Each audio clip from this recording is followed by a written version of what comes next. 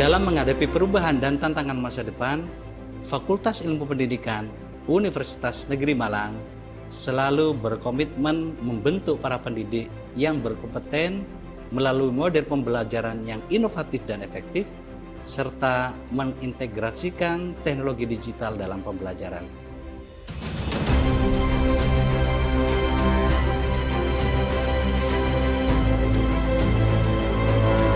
Saya Wakil Dekan 1 Bidang Pendidikan, Kemahasiswaan, dan Alumni.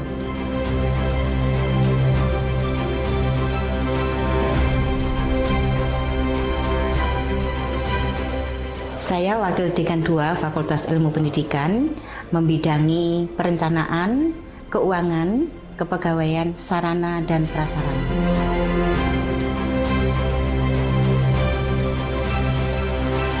Saya Wakil Dekan 3 Bidang Penelitian, Pengabdian, Inovasi, Kerjasama, dan Humas.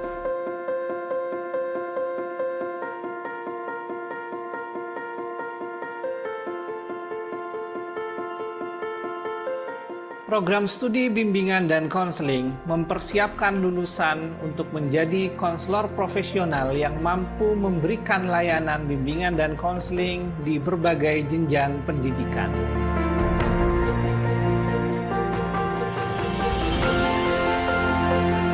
Teknologi pendidikan adalah sebuah departemen yang concern terus-menerus memfasilitasi belajar dan memfasilitasi orang untuk membangun performansi.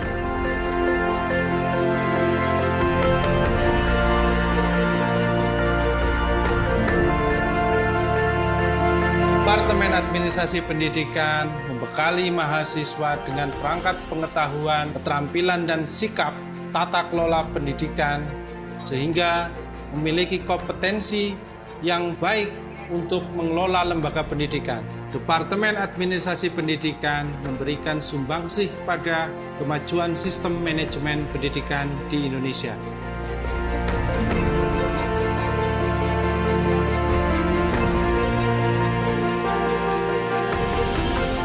Pendidikan luar sekolah bertujuan untuk memberikan kesempatan belajar kepada individu yang tidak dapat mengakses pendidikan formal atau melanjutkan pendidikan pada sistem persekolahan, merancang dan memberikan keterampilan hidup, memberdayakan masyarakat dan pendidikan keluarga kepada perorangan, komunitas, dan masyarakat.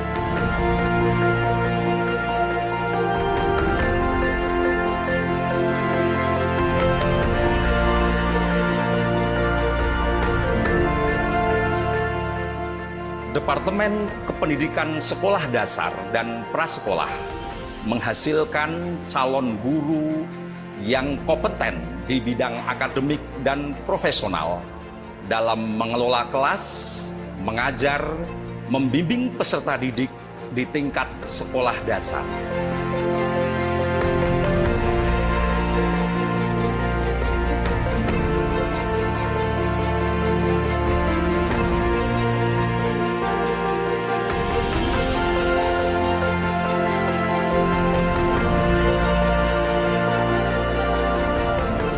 Departemen Pendidikan Luar Biasa mempersiapkan calon guru dan profesional dalam memberikan layanan pendidikan khusus dan pendidikan inklusi bagi anak dengan berbagai hambatan, yaitu hambatan belajar, hambatan perkembangan dan sensorik, serta hambatan fisik dan motorik.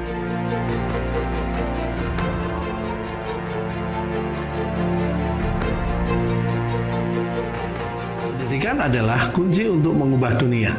Departemen Pendidikan Anak Usia Dini, FIP Universitas Negeri Malang, mempersiapkan mahasiswa dengan keahlian terbaik dalam praktek mengajar dan mengembangkan soft skill mereka. Sehingga pendidikan anak usia dini yang memiliki keterampilan inovatif, adaptif, dan relevan dengan masa depan pendidikan.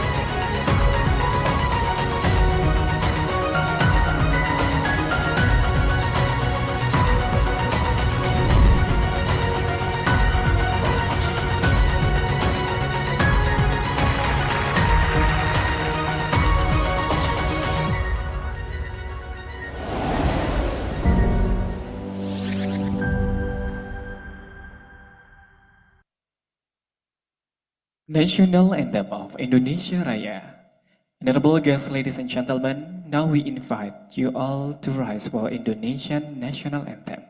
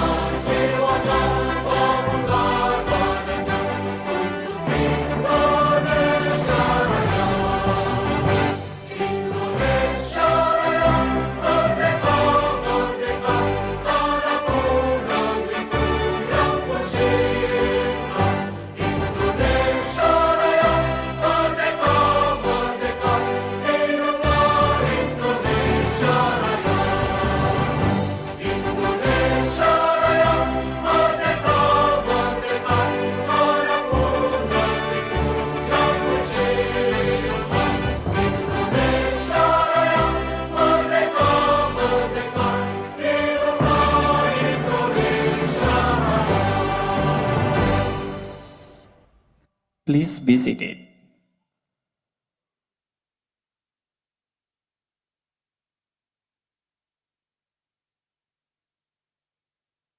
Ladies and gentlemen, to show our gratitude to the Almighty, now we would like to invite Mr. Dr. Zamroni MPD to lead to the prayer today conference. Mr. Dr. Zamroni MPD, time is yours.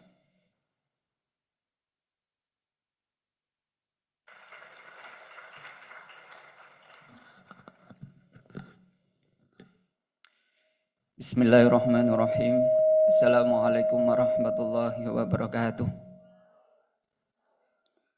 A'udzu billahi minasyaitonir rajim. Bismillahirrahmanirrahim. Hamdan syakirin, hamdan na'imin, hamdan yuwafi ni'amahu wa yukafi mazidah. Ya Rabbana lakal hamdu kama yanbaghi li jalali wajhikal karim wa li'azimi sultanik. Allahumma salli ala Sayyidina Muhammadin salatan tunjina biha min jami'il ahwali wal afat wa taqdi lana biha jami'al hajat wa tudahhiruna biha min jami'is sayyi'at wa tarfa'una biha indaka a'la darajat wa tuballighuna biha aqsal ghayat min jami'il khairat bil hayati wa ba'dal mamat. Allahumma ya muyassiru yassir, ya mudabbiru dabbir, ya musahilu sahil, sahil alaina kulla asir, bijahil bashirin nadir, wa sallallahu ala sayyidina Muhammad. Allahumma inna na'udhu bika min ilmin la yanfa, wa min qalbin la yakhsha, wa min da'watin la yustajabu laha. Allahumma aftah qulubana wa quluba awladina futuhal arifin, waj'alna wa iyyahum minal faizin ya arhamar rahimin. Rabbana atina fid dunya hasanah wa fil akhirati hasanah wa qina adzaban nar. Walhamdulillahi rabbil alamin. Assalamualaikum warahmatullahi wabarakatuh.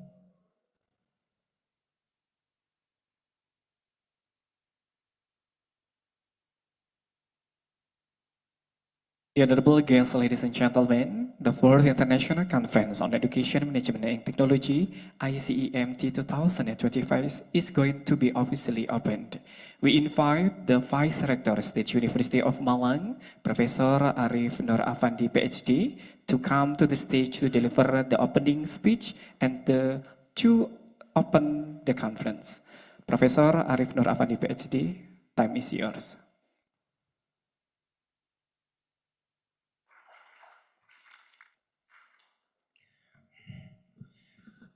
Bismillahirrahmanirrahim. Assalamualaikum warahmatullahi wabarakatuh. Selamat pagi and good morning, ladies and gentlemen. The Honorable Dean of Faculty of Education, Universitas Negeri Malang, and all officer and staff, and also the great organizer for the conference, Icemt, and also the Honorable ours.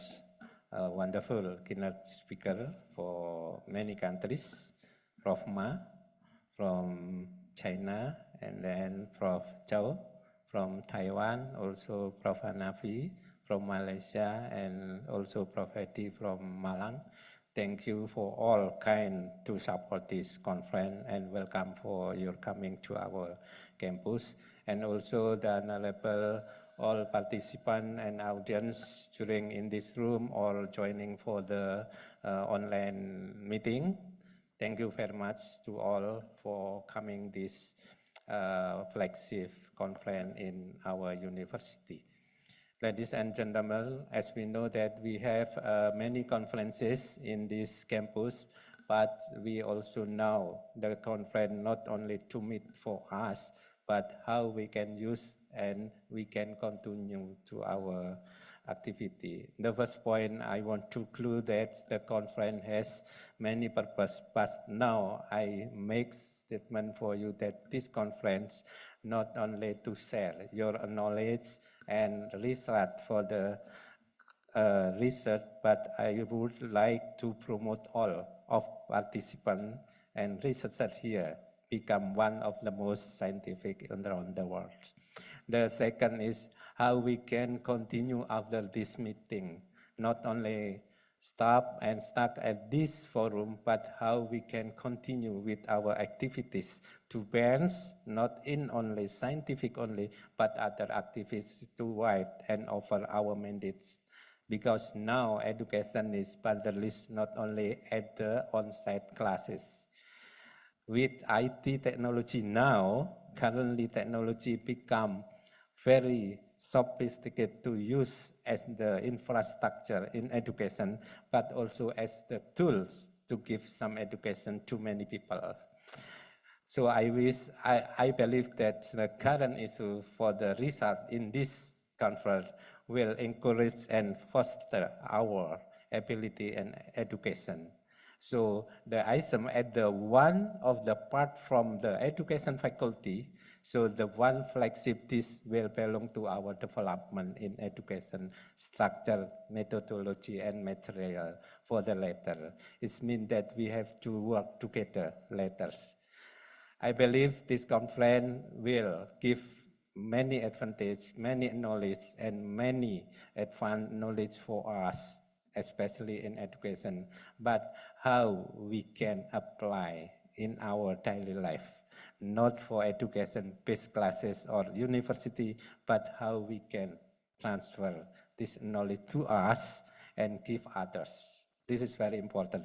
So we got from this forum and then we share to others. This is continue to education for the long life education. This is very important to us.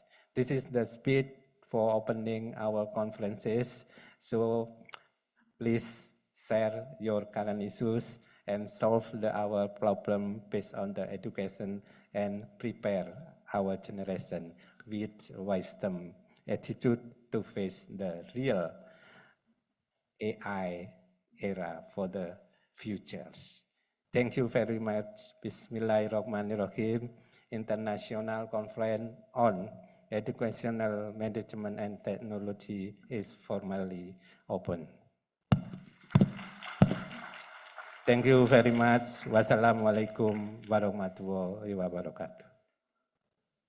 We kindly request the Vice Rector to remain in the place, and we invite you to the main stage, present to award certificate to the keynote speakers. We invite the keynote speakers to please come up to the stage to receive their award. Please join up Professor Dr. Hong Liang Ma, Professor Dr. Muhammad Hanafi Muhammad Yasin, and Mr. Edianto PhD.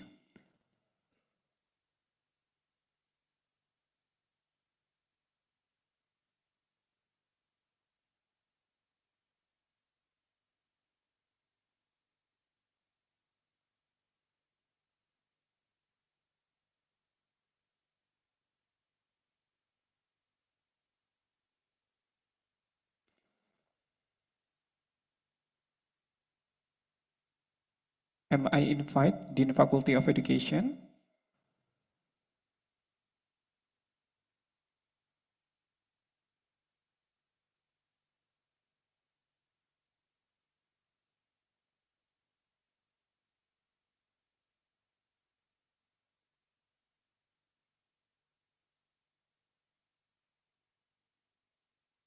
Okay, please big round of applause, ladies and gentlemen.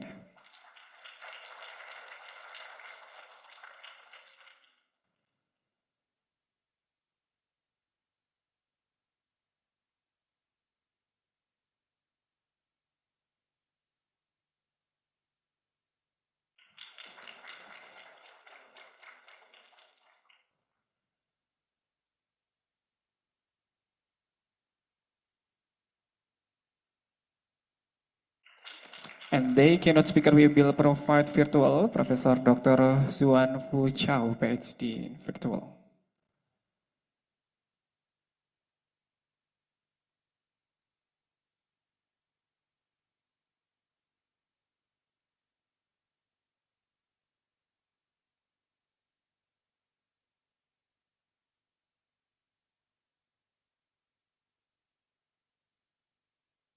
Okay, thank you. Can we give you a big round of applause, ladies and gentlemen?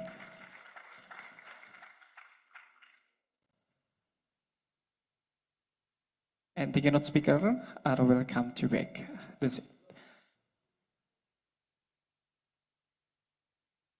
Okay, the honorable guests, ladies and gentlemen, we invite our moderator, Mr. Taufik Ihsan Slamet, and the speaker of this session and today's conference.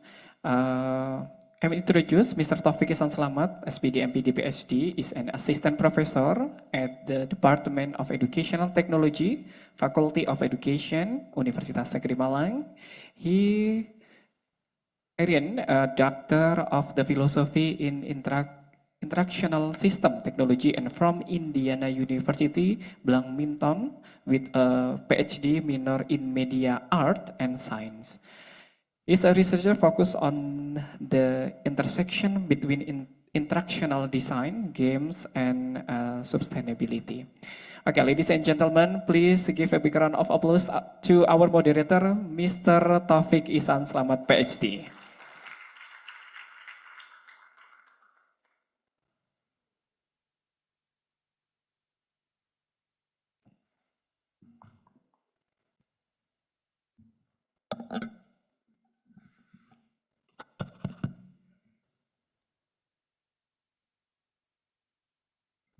All right. So good morning, everyone. Hello. So it's such a pleasure to be here and moderate this insightful, eye-opening conversations in today's conference. So this conference is very important because it discusses an emerging topics and issue about sustainability. And sustainability is a complex and difficult topic to have conversations about. The complexity of sustainability is because sustainability requires collective actions and movement of the society. So it's not solitary actions, but thankfully we have a group of scholars who are expert in their prominent fields. to help us navigate the issue, share their best practices from their countries, and also engage us in academic and thoughtful conversations. Okay, so before we jump into the lecture, let me explain a little bit about the format of the main agenda. So we will have two segments. Each segment will consist of two academic lectures and also Q&A sessions. For each lecture, there will be 30 to 40 minutes time, and then we will have about 30 minutes for question and answers sessions. And then also for this first segment, we will have two scholars, which are Professor Hong Liang Ma, PhD from Shanxi Normal University, China, and also Professor Dr. Muhammad Hanafi Muhammad Yasin from INTI International University, Malaysia. Okay, so without further ado, I am inviting Professor Hong Liang Ma and Professor Muhammad Hanafi Muhammad Yasin to join me in the main stage. Everyone give a big round of applause for our two speakers in the segment one.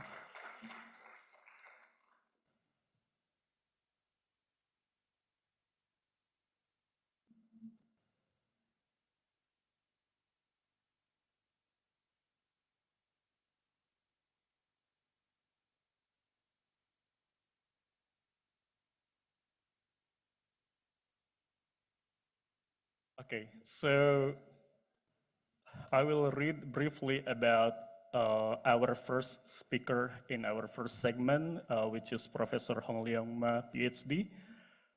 Dr. Hong Liang is a professor of educational technology, the Associate Dean of the Faculty of Education, and the Director of the Research Center for AI and STEM Education at Shanxi Normal University, China. His Doctor of Philosophy is earned from South China Normal University with the major of Educational Technology. He has been an active scholar in the field of educational technology, computer science education, and STEM educations. He has successfully led several national funding projects and has been involved in online education research for over 20 years.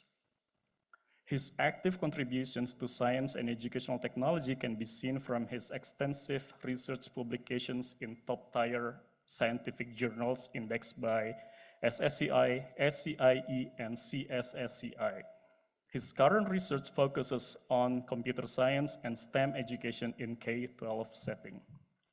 His lecture today, entitled Educational Innovation for Sustainable Futures, AI Educations in K-12 Schools Across China. I welcome everybody to joining me to welcome Dr. Hong Liang Ma.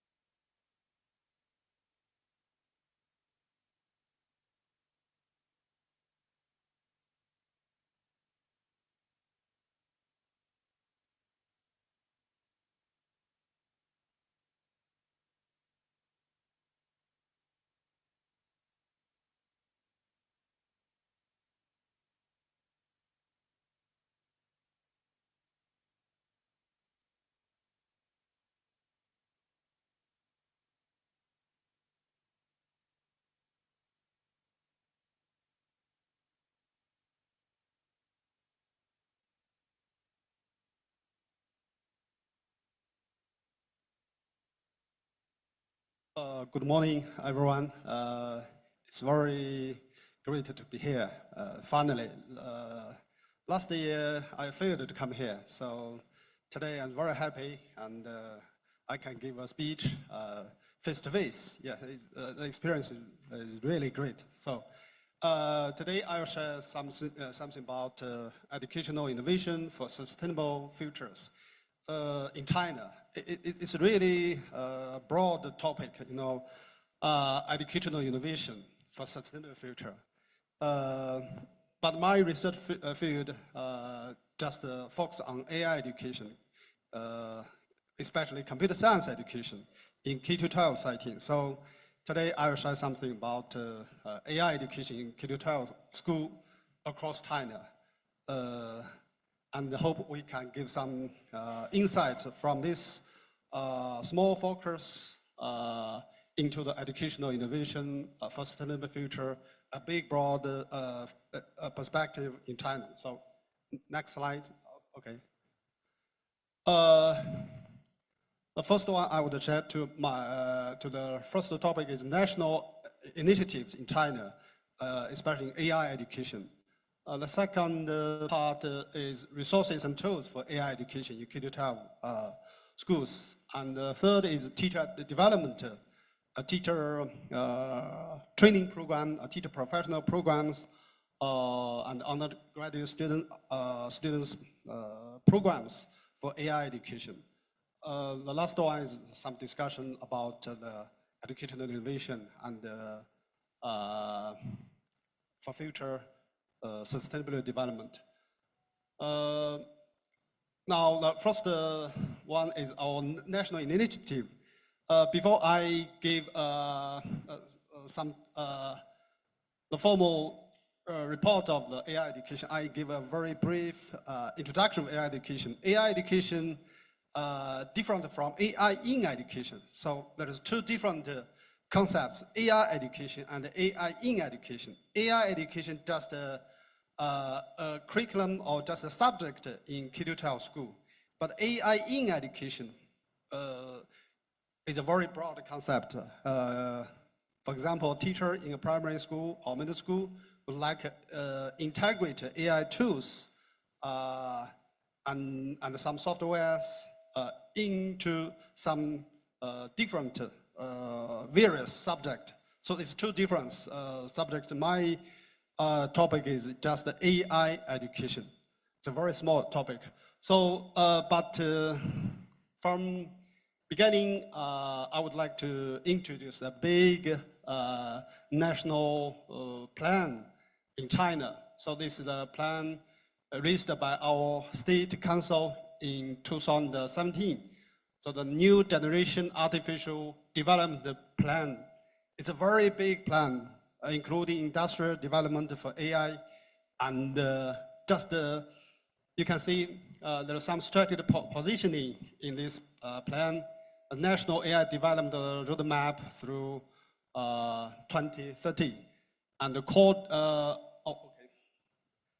yes, there are also three phases implementation. The first stage is 2020 target, keep pacing with global advanced levels. I think in China we have already reached this target. The target 2025, major breakthrough in certain domains in AI technology. I think we also reached some levels and reached a major breakthrough in AI education. For example, the DeepSeek is very popular in China, also have big impact globally compared to ChatGPT. So in China, we have also our own AI tools. So 2030 target is become world-leading AI innovation.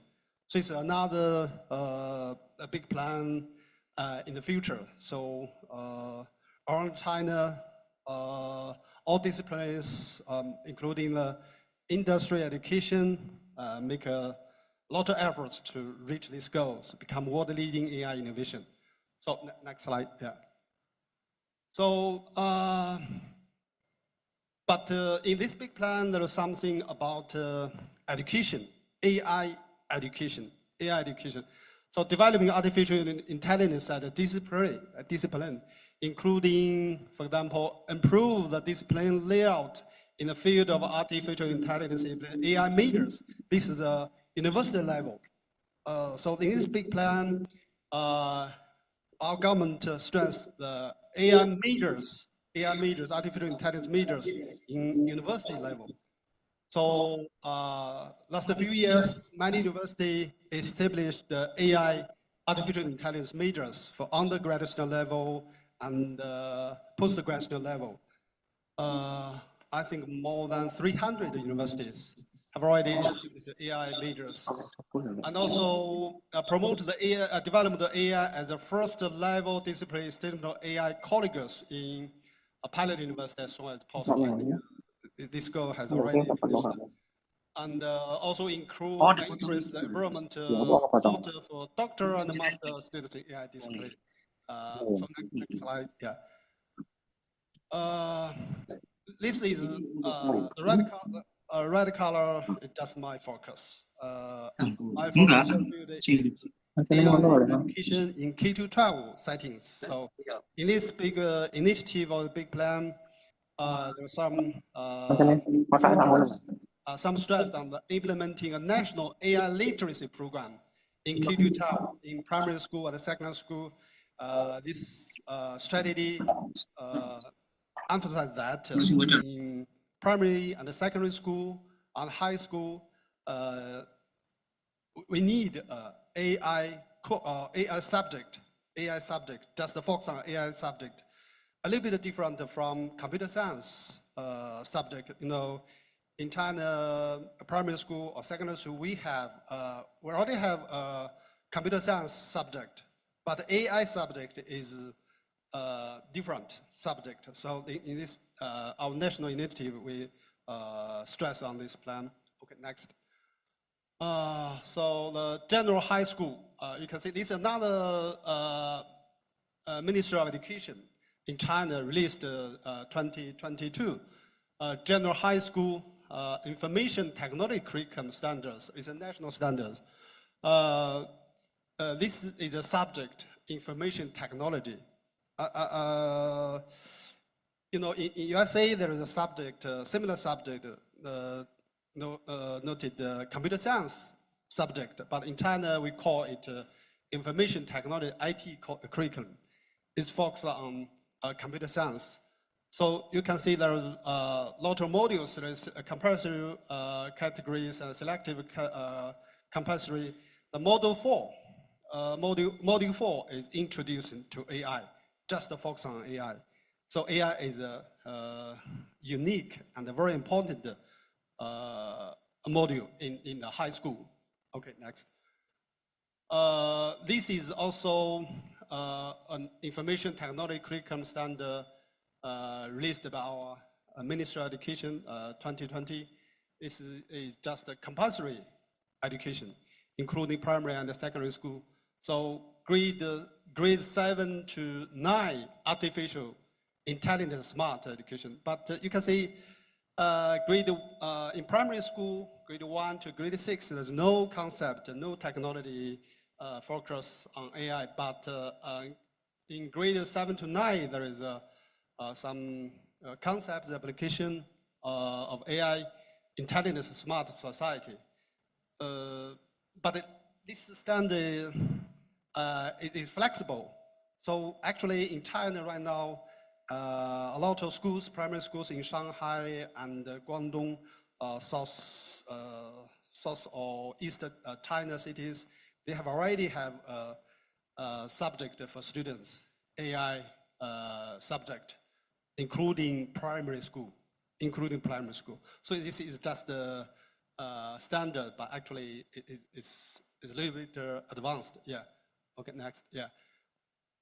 You can see the curriculum development with in this standard, strengthening artificial intelligence education in K-12 schools. This is the latest, last year, just at the end of the last year, just our government releasement strengthening artificial intelligence in K-12 schools. This is our national strategy in education, only focus on artificial intelligence education. So you can see there's a lot of focus, including curriculum development, promote AI education in primary and secondary school, and the competency development, including cultivating students' AI literacy, understanding basic concept, ethical awareness, application skills in AI.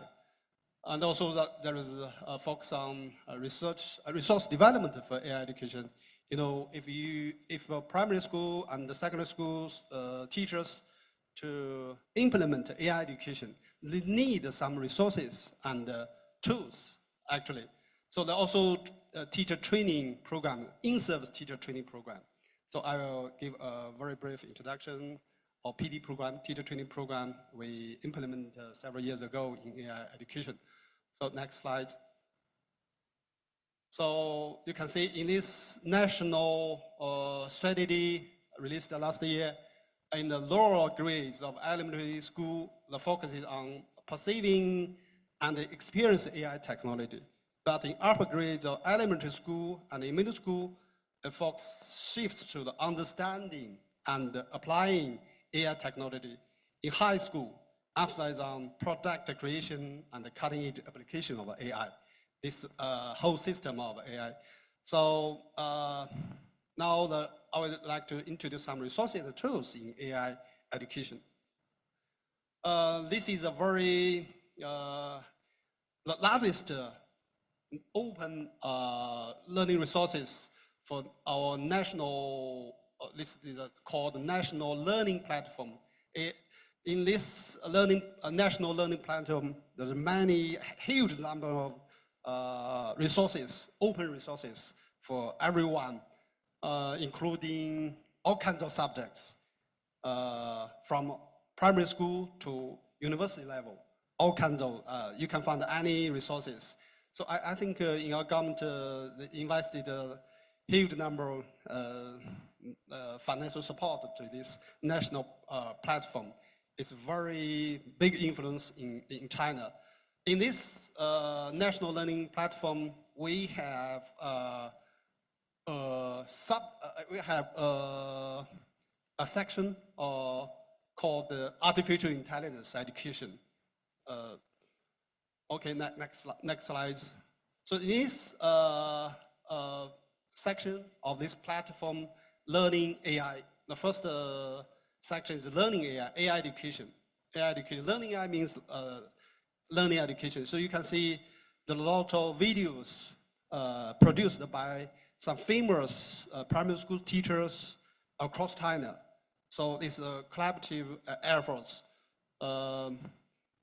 Every teacher, whatever in Western of China, whatever in a primary school, you can click on the videos freely and to use these videos in your own teaching.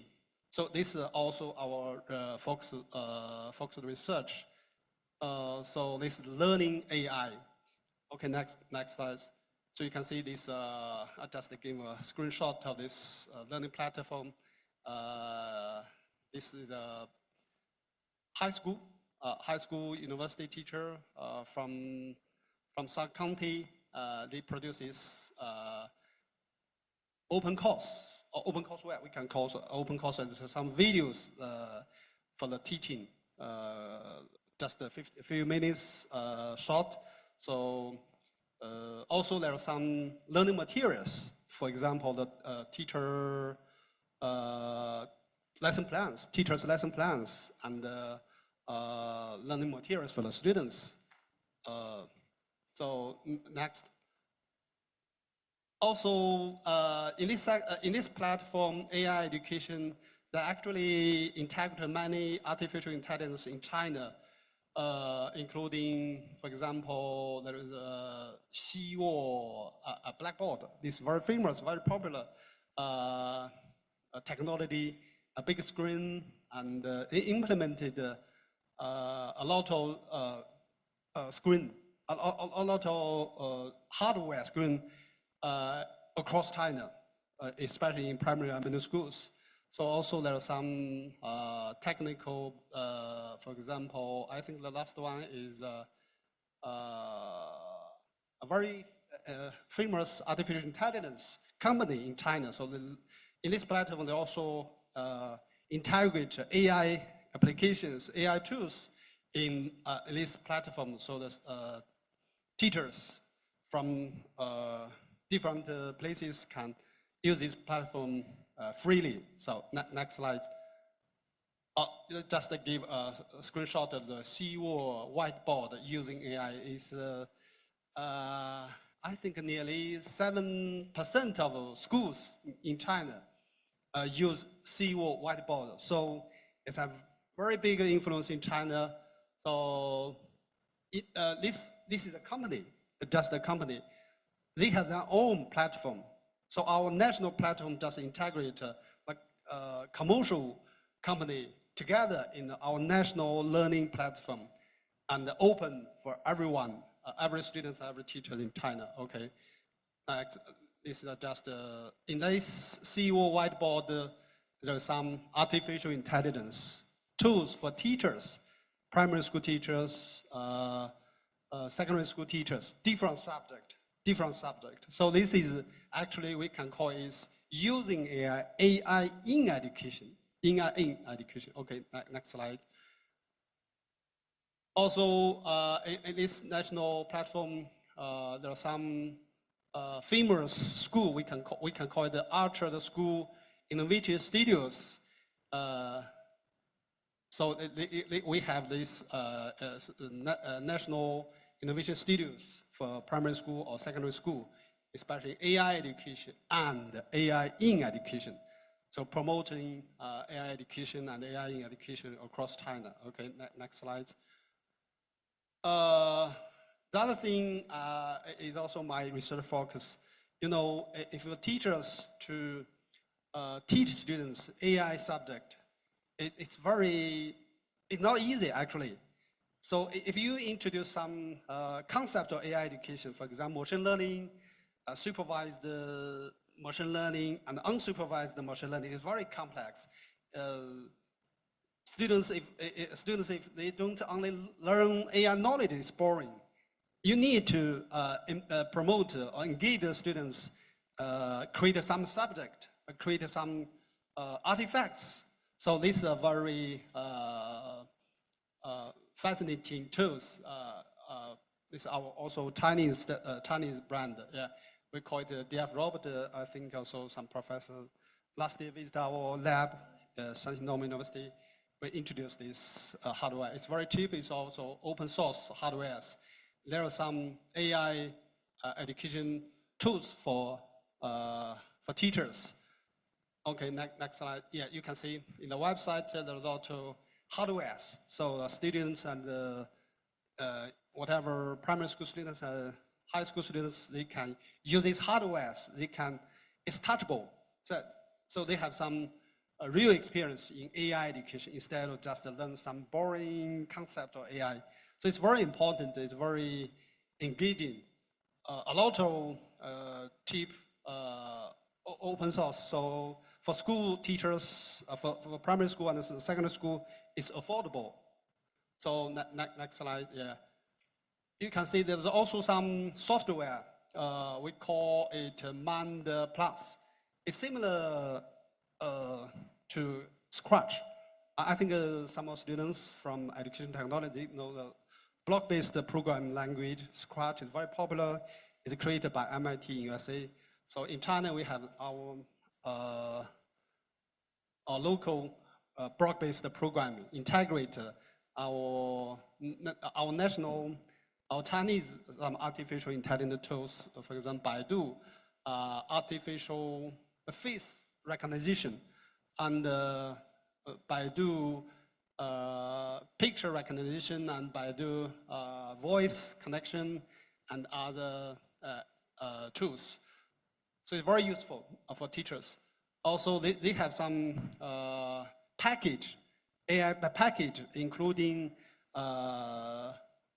primary school to high school, some local package. So the schools can buy this package including some hardware, and they also have provided some learning materials. So it's a company's commercial promoter in AI education. So different. The first level is national level for promoting AI education in our country. It's free, but for some developed, it's a commercial company. They also have them the hardwares and the learning materials. Okay, next.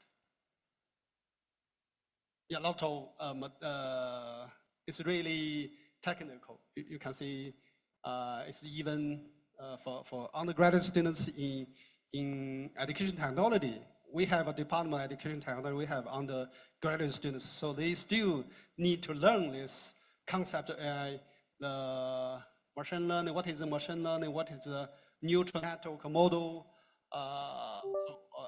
Very complex. So they included these concepts, complex concepts, integrated with some hardware for students to experience, to operate, to program. So I think it's very, very attractive for school teachers, also for school students. Okay, next slide. Now the teacher development. Teacher development is very important. If our nation wants to successfully promote AI education in school, teacher, I think is the first priority. So now I give a very brief introduction of in-service CS teachers professional development. We conduct this research. This is research-based teacher professional development several years ago, and finally published an article promoting the AI teaching competence of AI K-12 computer science teachers, a TPAC-based professional development approach. So next slide, yeah. In this research, the research focus is that with the rapid development of AI, the development of K-12 computer science educational continue to rise. So, but there are some problems. There have been long lack of trained CS teachers in China. Actually, our government promotes the AI education, but many teachers, especially in west region of China, many in-service computer science teachers are not capable of teaching AI. So this is our research purpose, to strengthen understanding of the CS teachers for AI knowledge, just improve the AI teaching skills and self-efficacy attitude, and building teaching staff with AI teaching competency. So this is our research purpose, okay.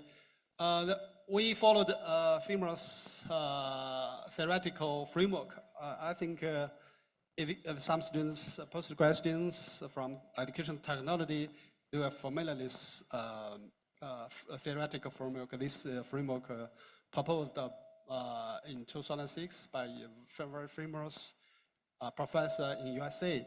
So this TK, technological knowledge, and CK is content knowledge, and the PK is pedagogical knowledge. So it's very important for teachers, including in-service teachers and pre-service teachers. But our focus is just on the circle of content knowledge, CK, content knowledge, CK of AI, artificial intelligence. So it's include the TCK, PCK, and the TCK. This is our focus. Okay, next. The research method just is a little bit simple. You can see we have a pre-test, have a post-test, and the intervention is that the TPAC-based PD is professional development program. The PD program just lasts for 25 days. I think 10 days is face-to-face training, face-to-face training. So we crucial about 40 primary and secondary schools CS teachers, and they come from Shanxi Normal University, Shanxi Province. They participate in this program, PD program, face-to-face, 10 days in our university. We have a lot of activities for these in-service teachers, and the 32 complete the pre-test and the post-test. The pre-test and the post-test include AI knowledge test and the AI teaching self-efficacy skills.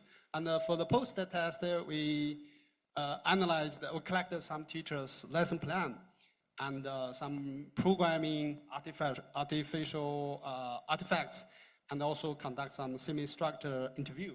So these are research design, the PD, the professional development modules, and the content delivered. So we presented our PD modules from CK, AI, TCK, PCK, TPK, and the TPK AI.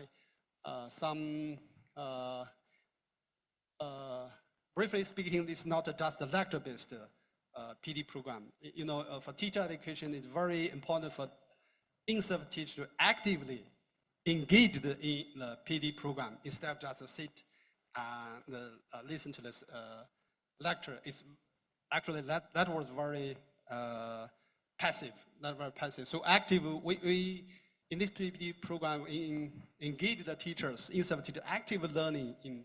So we have many learning activities.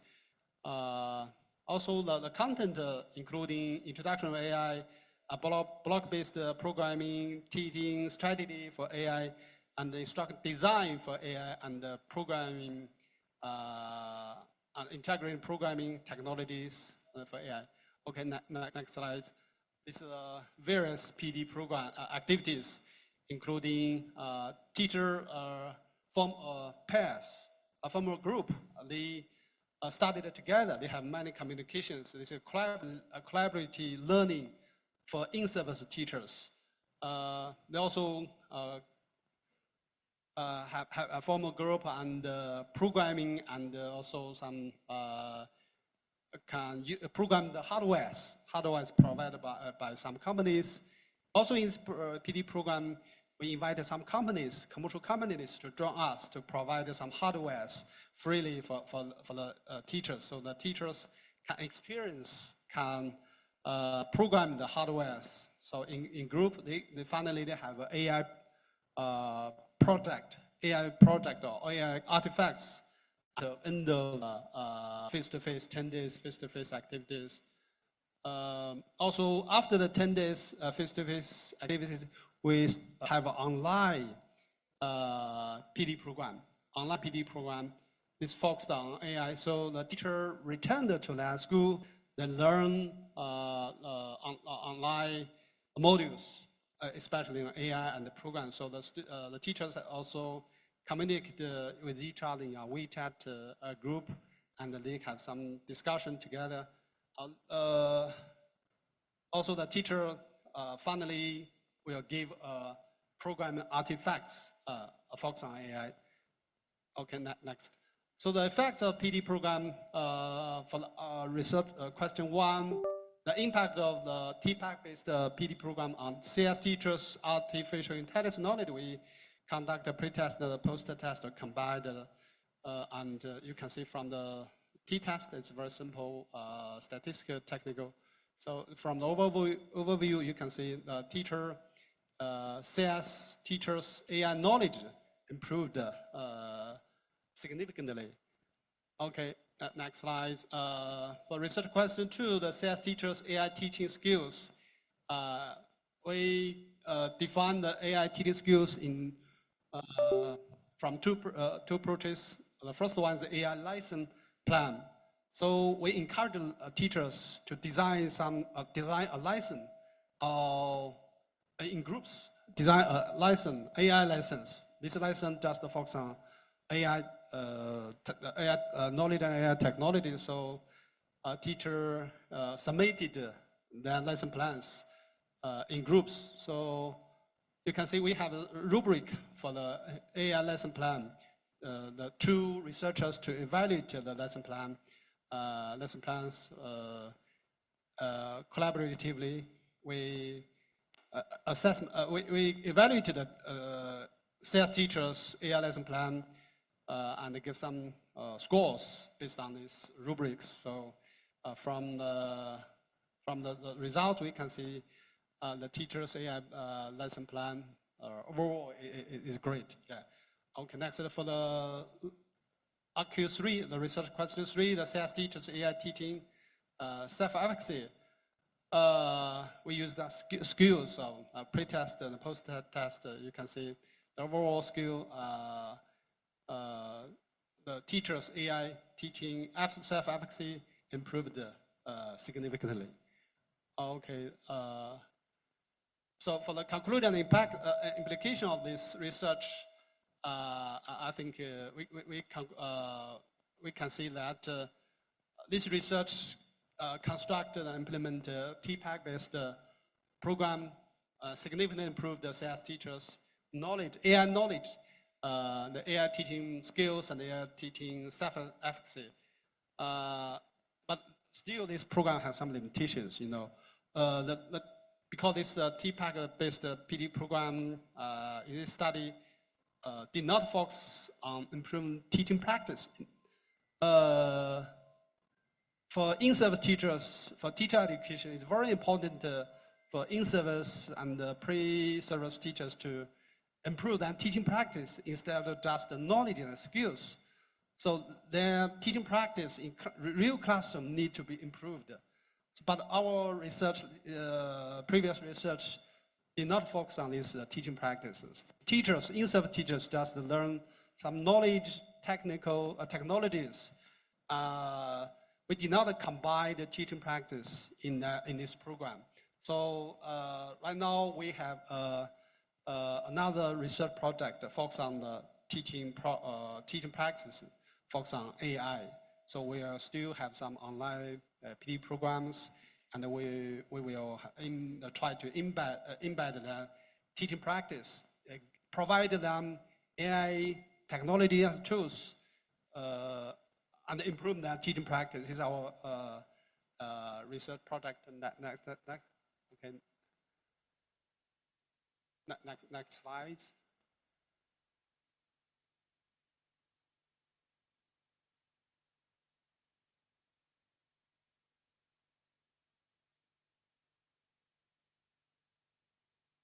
So right now we have some a PD program. We invited a primary school and secondary school major in computer science. We try to implement this research-based PD program. So this is a primary in-service AI in-service teacher program for AI in AI education for in-service CS teachers. Also, I would like to share another focus on pre-service teachers. Pre-service teachers is also very important for our country to promote the AI education. So for pre-service teachers, how to improve the AI competence of pre-service teachers? It's very important for university to establish a major. For example, in Shanxi Normal University, our normal university, teachers university, normal university, just a teachers university, we have a major for undergraduate students called artificial intelligence. But in computer science, school of computer science, but in school of computer science, this is really technical major. Also, I think the previous one, previous one, just the previous, not.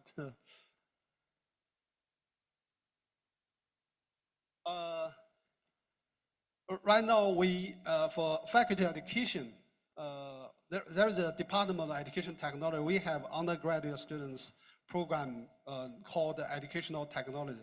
I think similar as yours. So, but we just update.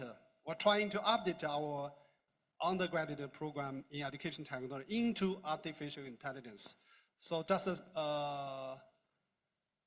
last month, we submitted our application to our Ministry of Education.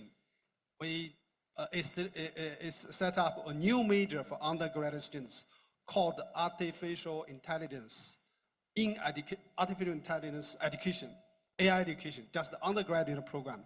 So, but our program in undergraduate program in education technology, we updated it to AI education. So this, our university. So now this is our discussion. So for the educational innovation for sustainable futures, I think from this case study of AI education in K-12, we can see that in China, if you, for educational innovation, the sustainable future, first of all, it's a policy driven. Also need to curriculum integration. Whatever you want to, some digital education in China, also AI education in China, you need to policy driven. It's very important. Systematically, for example, in our research, the government systematically embedded AI education into the national K-12 curriculum. The second one is the pedagogical approach, also very important. For example, for teachers, you need to carry out project learning by doing, especially in computer science. Students need to learn by doing something. So also for teacher professional development, including in-service teachers and a pre-service program, is also very important to implement, to integrate some project-based learning or learning by doing in the teacher program, including in-service teacher and the pro-service. And also some challenge in the future direction. For example, the equity gaps, rural-urban resources departure, especially for rural teachers, it's a real big challenge. They have no resources, no tools. So this is also our research focus to try to improve the rural teachers in AI education, including AI in education. This is my presentation. Thank you very much.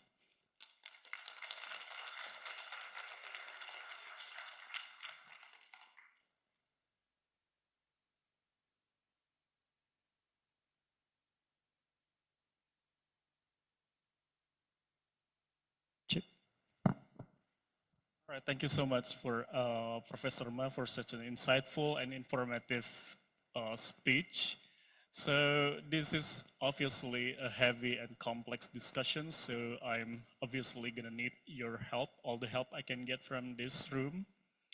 So if you notice or you think there's like a questions, thoughts that need to be discussed, please write down and we can share your thoughts, questions during the Q&A sessions, right? So based on Professor Ma's lecture, we can see the success of AI education in China is supported by this strong partnership between government, education institutions, and also industries. So I think it's really important to kind of have discussions on this strong cooperations, how to build strong cooperations between those parties. But we can hold on the questions in the Q&A sessions because we're moving forward to the second speaker of the first segment. We have Professor Dr. Muhammad Hanafi, Muhammad Yassin. So I'm gonna briefly introduce you to Dr. Yassin. Dr. Yassin is a professor at the Faculty of Education and Liberal Arts in the International University of Malaysia. He has Doctor of Philosophy in Special Education with focus on hearing impairment from University Kebangsaan Malaysia. He was also former chair of Department of Education and Community Welfare, Faculty of Education, University Kebangsaan Malaysia. He led national scale research project as well as managed international partnership with foreign universities. His research focus spans from sign language and community well-being. So he will be delivering a speech entitled Educational Innovation for Sustainable Futures, Technology, Inclusions, and the Social Development Goals, Best Practices from Malaysia. Without further ado, let's welcome Dr. Yasin.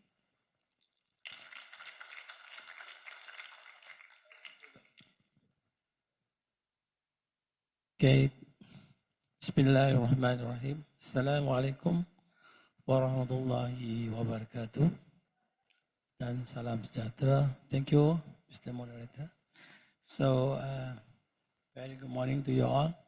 So, my name is Muhammad Hanafi.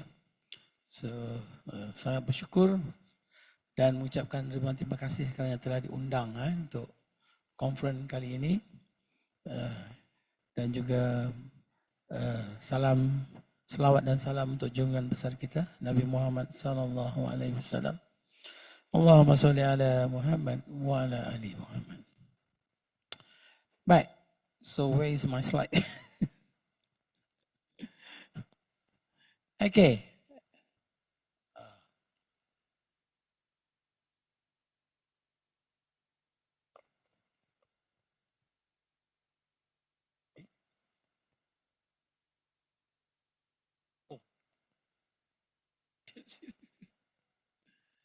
Okay, back to the first one. Back to the first slide. Back to the first slide. Okay, this where is the title? Okay, educational innovation. Actually, the title is Educational Innovation for Sustainable Futures, Technology, Inclusion, and the SDG, the best practice from Malaysia.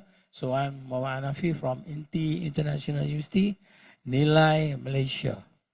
Okay. So, okay, go to the next slide, please.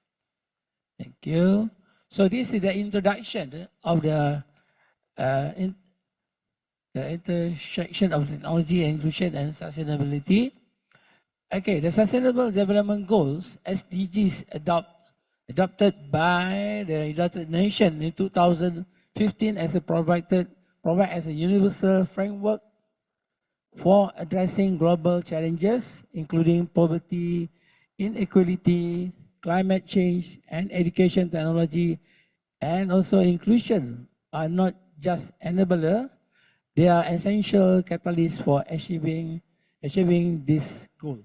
So actually, the SDGs start from 2015 as part of the go towards the agenda of the agenda. Did you go to second slide? Okay. Wow, very kabut this one.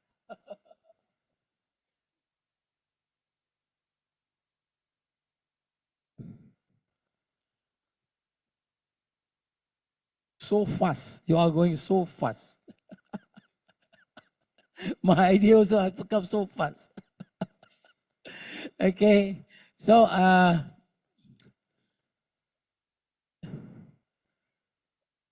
wow. It's easy for me to control.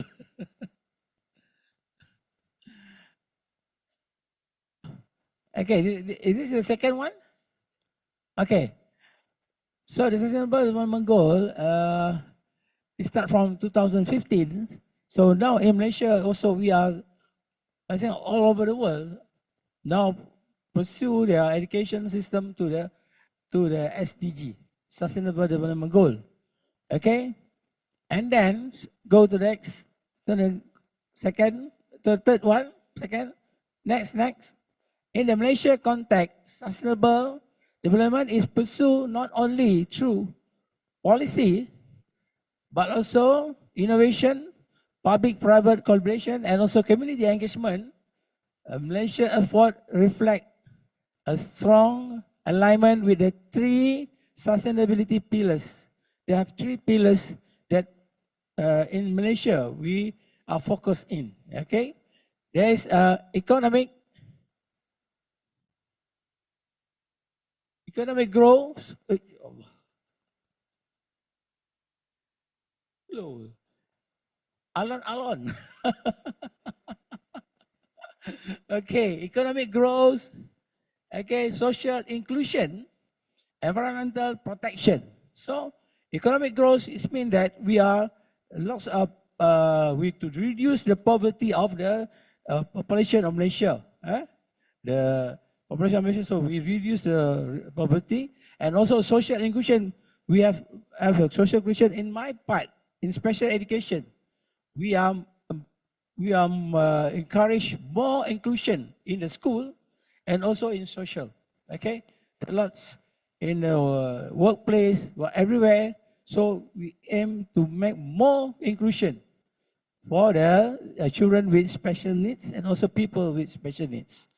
Okay, we also encourage and make more activities on environmental protection, so to reduce the pollution, especially in the town area and also in rural area. Okay. So Malaysia Development Strategy is now recognized that technology must be inclusive. Inclusive means that it must have to friendly, okay, friendly in family technology with people. Do not. But what happened now in Malaysia? There's a waste, too much waste, and also they process for the waste. Okay, process the waste to get what call it electronic waste. Electronic waste.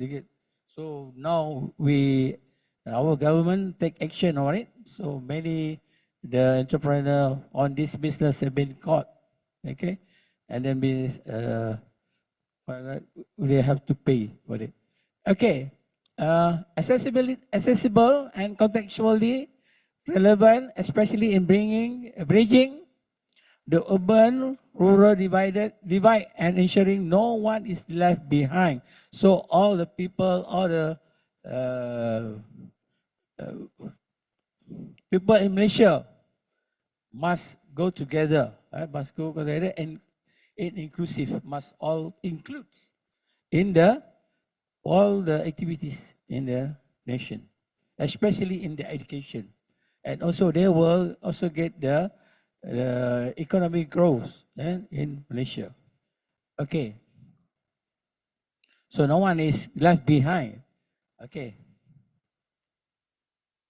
Now, educational innovation for sustainable futures, introduction, reimagining education for sustainable future, the global agenda for sustainable development, guided by the United Nations Sustainable Development Goal, SDGs, recognize education as a key driver for change. So now we are improving our education quality in Malaysia, from primary school to tertiary education. Okay, so the SDG 4 call for inclusive and equitable quality education and the promotion of the lifelong learning opportunities for all. Okay, now we are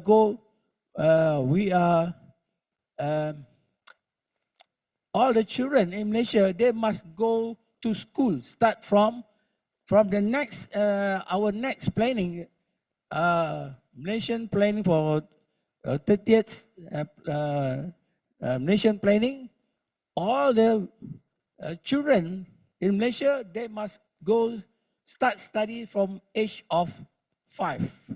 Age of 5 in preschool. That is compulsory. That is compulsory. Okay, start from next nation plan on 30th. Okay, so it means that to give the promotion of the lifelong learning opportunities, it means that how old are you is don't matter. It doesn't matter. You can still go study. Yeah, go to study. In fact, we also have a PhD student age of 70, just graduated from UPM. I think UPM. UPM. Saya baca soal bawah. So UPM have graduated 70 years old, have PhD. I don't know how long he do his PhD. Is it more than 10 years? Don't know. I don't know. Maybe he did 10 years. It's been so study PhD. Maybe it's very hard for him. Okay. All right. Next. All right. To meet the demands of rapidly evolving worlds, climate change, digital transformation, urbanization, and global inequality, educational system must innovate. So all the education system must innovate, including in Malaysia. So lots of things they are do. The Ministry of Education innovate the education system in Malaysia. Okay. This innovation involve rethinking curriculum content.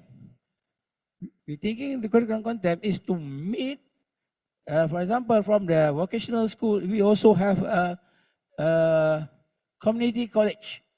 Community college, which is a student can go to study their skill, vocational skill in the college, and then the curriculum is built to meet the industry, to meet industry needs. Okay, when they finish their study, it's easy for them to get a job.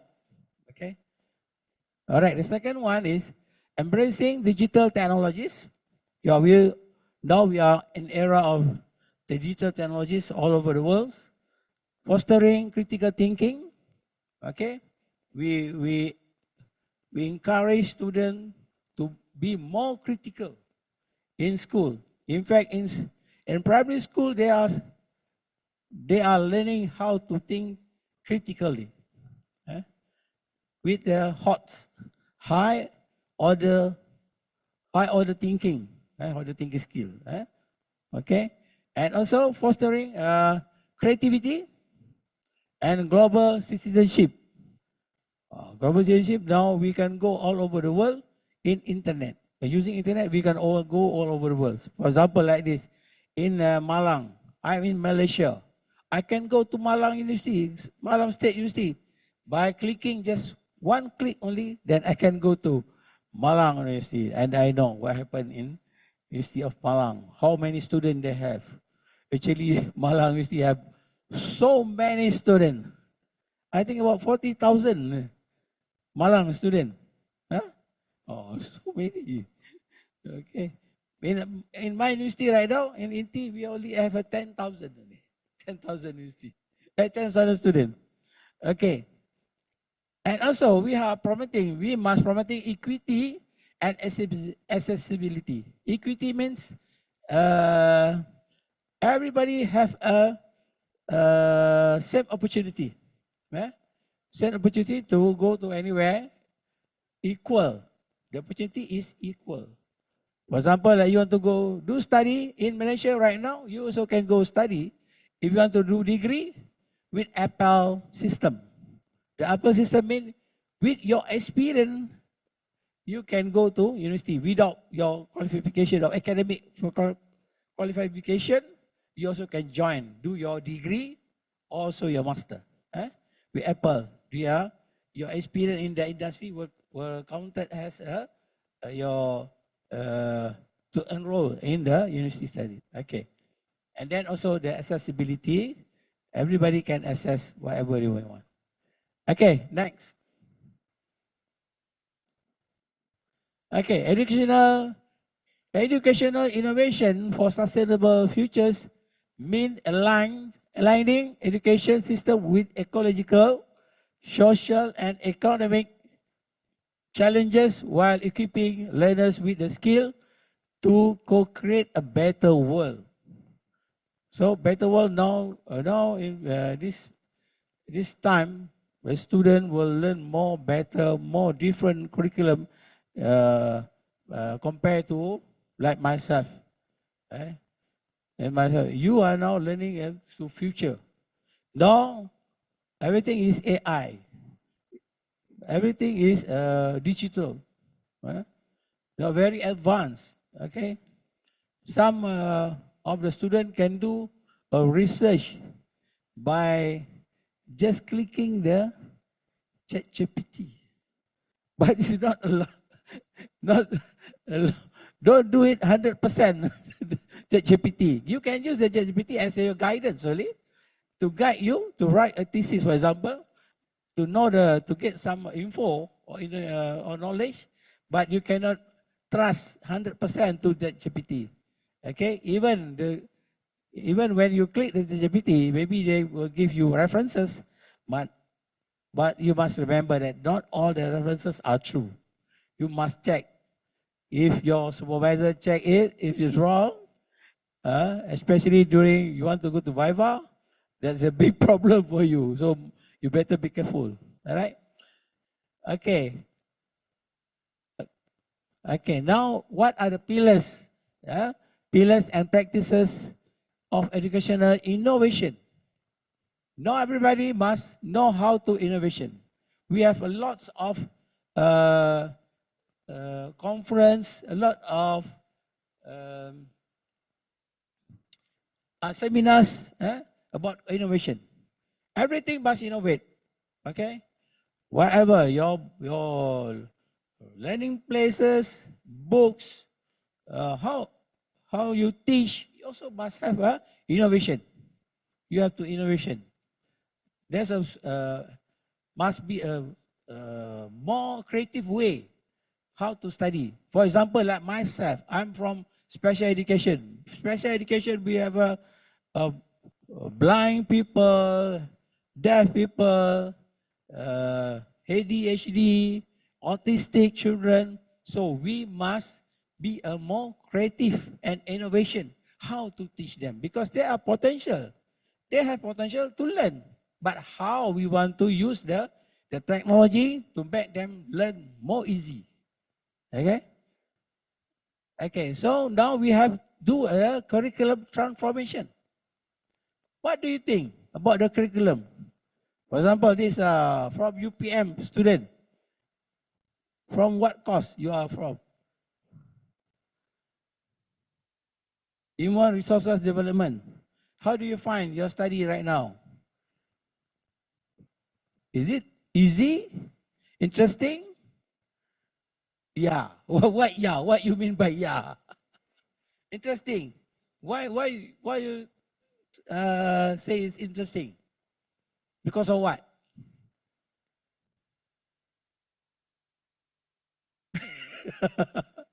Interesting. Yeah.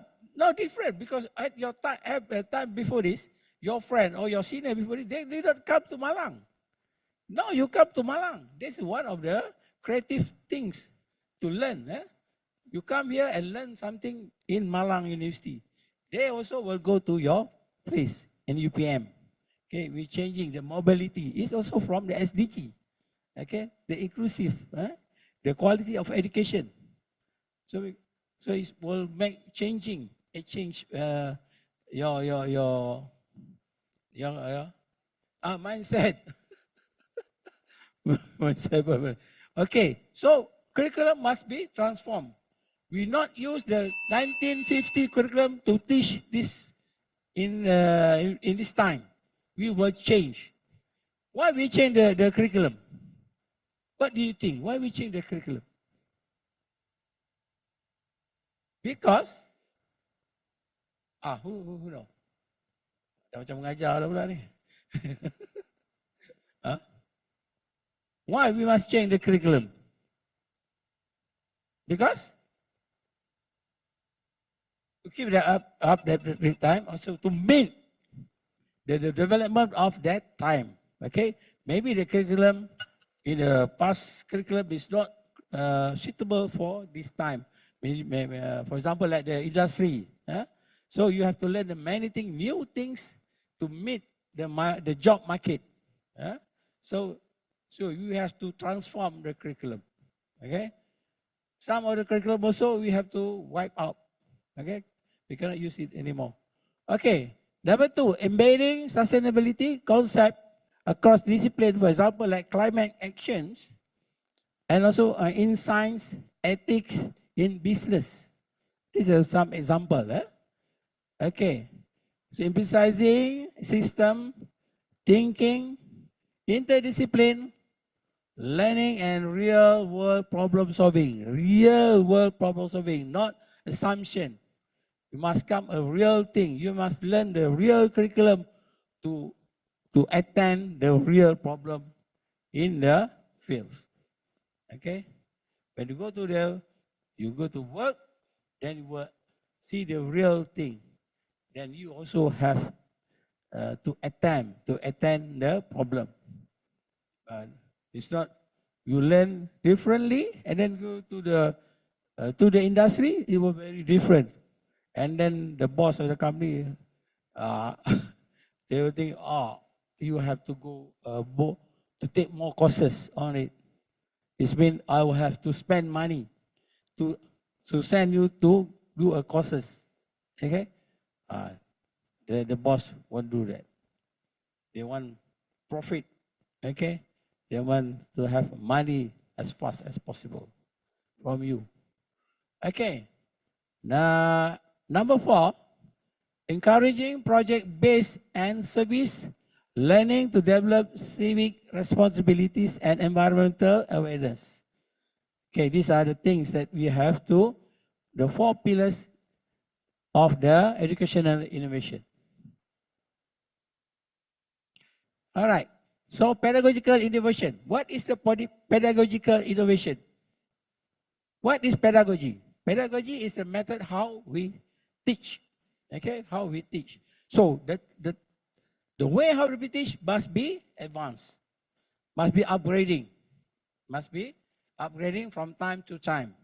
Okay, and also the lecturers also must know how to do the online pedagogy. This is a problem. We learn how to do pedagogy, online pedagogy during the pandemic. But before the pandemic, I'm also have a problem how to share the file. How to share the file. Everything is problem. Okay, technical problem. But now our lecturers must know how to do the online, meeting online, teaching online. Everything is online. Examination also online. Okay, so pedagogy, shifting from teacher-centered to learner-centered approaches. What does that mean? Okay, it's meaning that no more teacher centers. Okay, it's on the learner approach center. Learner with learner, they learn together. Okay, and then the teacher will be the facilitator only. They observe. They observe the student. Number 2, using blended learning. A lot of methods of learning. Okay, for example, like learning flip classroom and experiential method. Experiential, you do the things, then you will experience what you learn, and then you share it with your friend. Okay, and then the third one is promoting collaborative and inquiry-based learning. Critical for sustainable decision making. So you promoting collaborative. For example, like you are collaborating with UC Malang from UPM. Now you are collaborating with UC Malang. Okay, and also critical for sustainable decision making. So we change. Okay, with UC Malang. Okay, all right. So go to next slide, please. Digital inclusion and technology. This is the thing that you cannot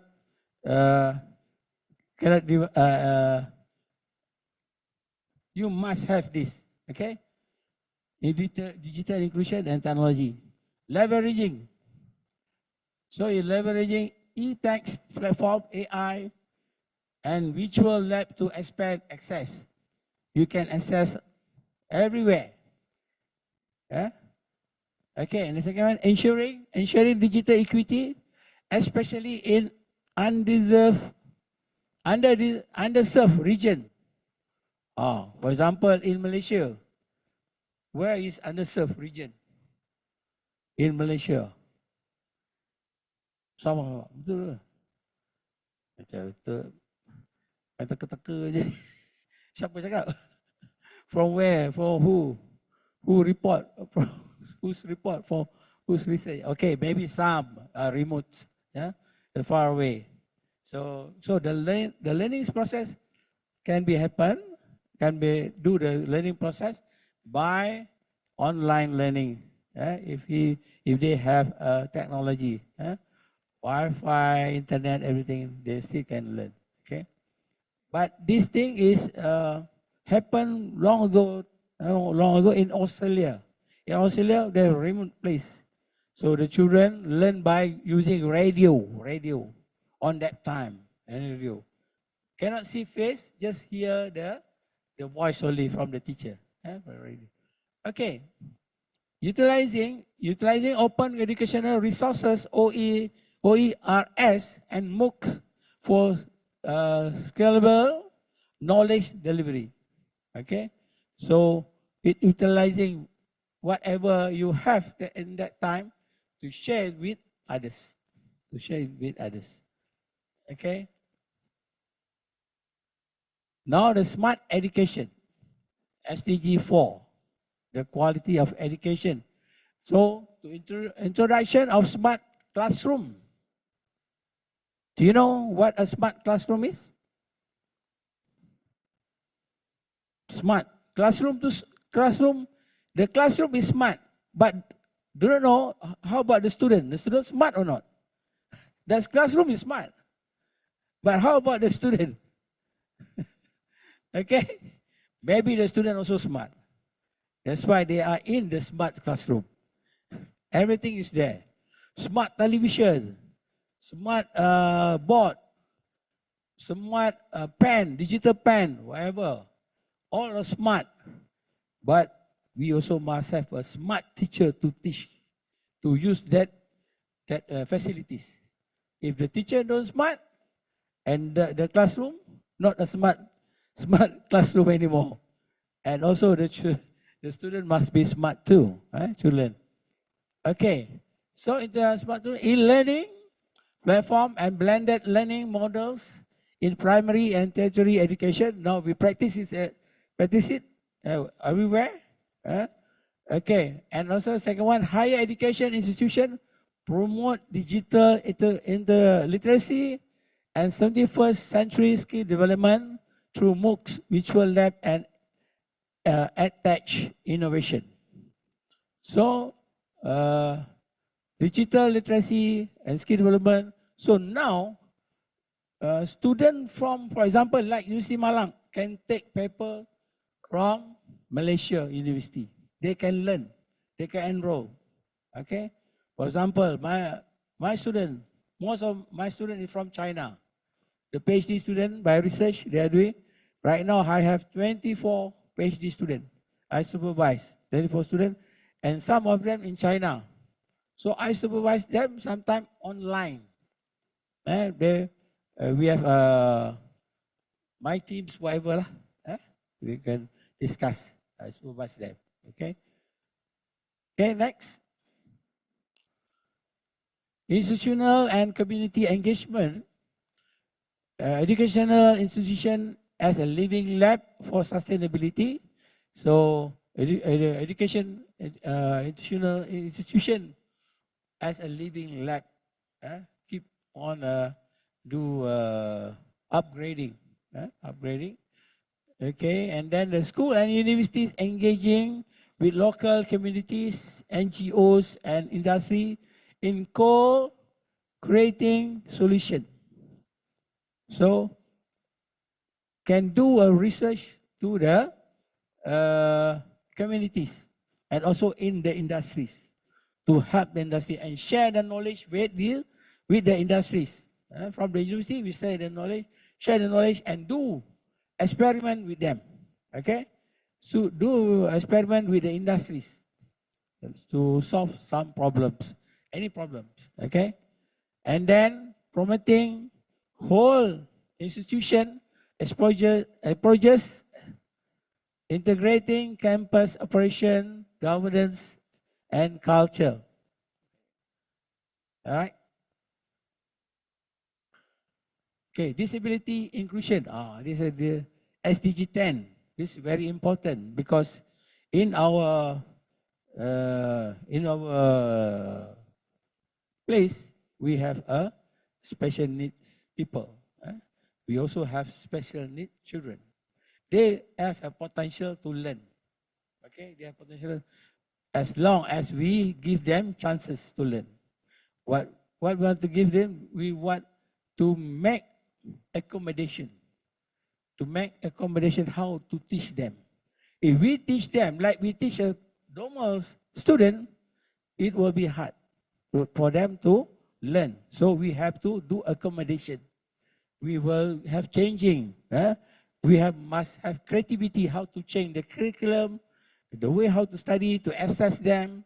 They do the exam will be a different way from the normal, from a typical children. Okay, so this also must. For example, in Malaysia we have done this. In Malaysia we have done this with the OKU Act, Person with Disability Acts, which mandates accessible infrastructure and inclusive education. Now, with the zero reject policy,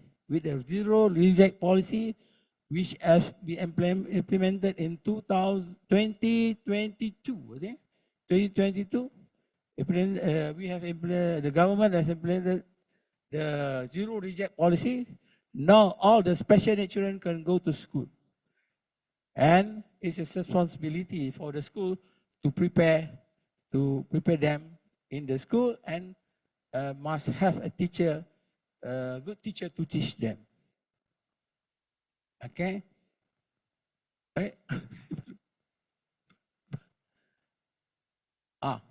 Okay, ICT-based assistive technology. You must know how to use the assistive technology. Sometimes the government and the university prepare the assistive technology in your classroom, but you must know how to do it, how to use it. And if you don't know how to use it, and then the things will be what we call it, gajah putih in the classroom. We cannot use. I think you have to learn how to use the assistive technology are being developed for enhanced inclusion. For example, for inclusion, especially for inclusion, we have the assistive technology. Like for the blind people, how the blind student go to school, they study, then how they sit for the exam. So we must have a ICT-based assistive technology to help them because they have the potential. Sometimes they are more smart than the typical children. Sometimes they are more smart. Okay, just we give them opportunity to learn. Okay, all right. So the Malaysian experience, best practice and progress. Malaysia has undertaken several initiatives to align educational innovation with sustainable development goals, such as, next slide please. The first one is we have a Malaysian Education Blueprint 2013-2025 until this year, which is focused on 21st century skills, digital transformation and higher order thinking skill, HOTS, which is integrate values-based education promoting ethnic diversity and sustainability. Yeah. Okay, next. And second one is Green Campus Initiative.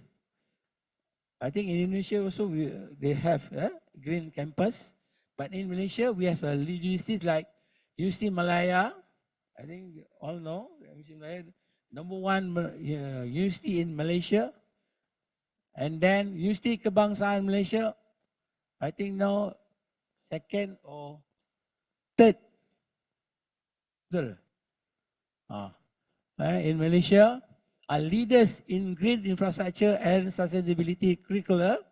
So we emphasize the student to learn about the green campus, how to do activities to make the campus more green and more healthy campus. Okay, I think you see Malang also have done this. Yeah?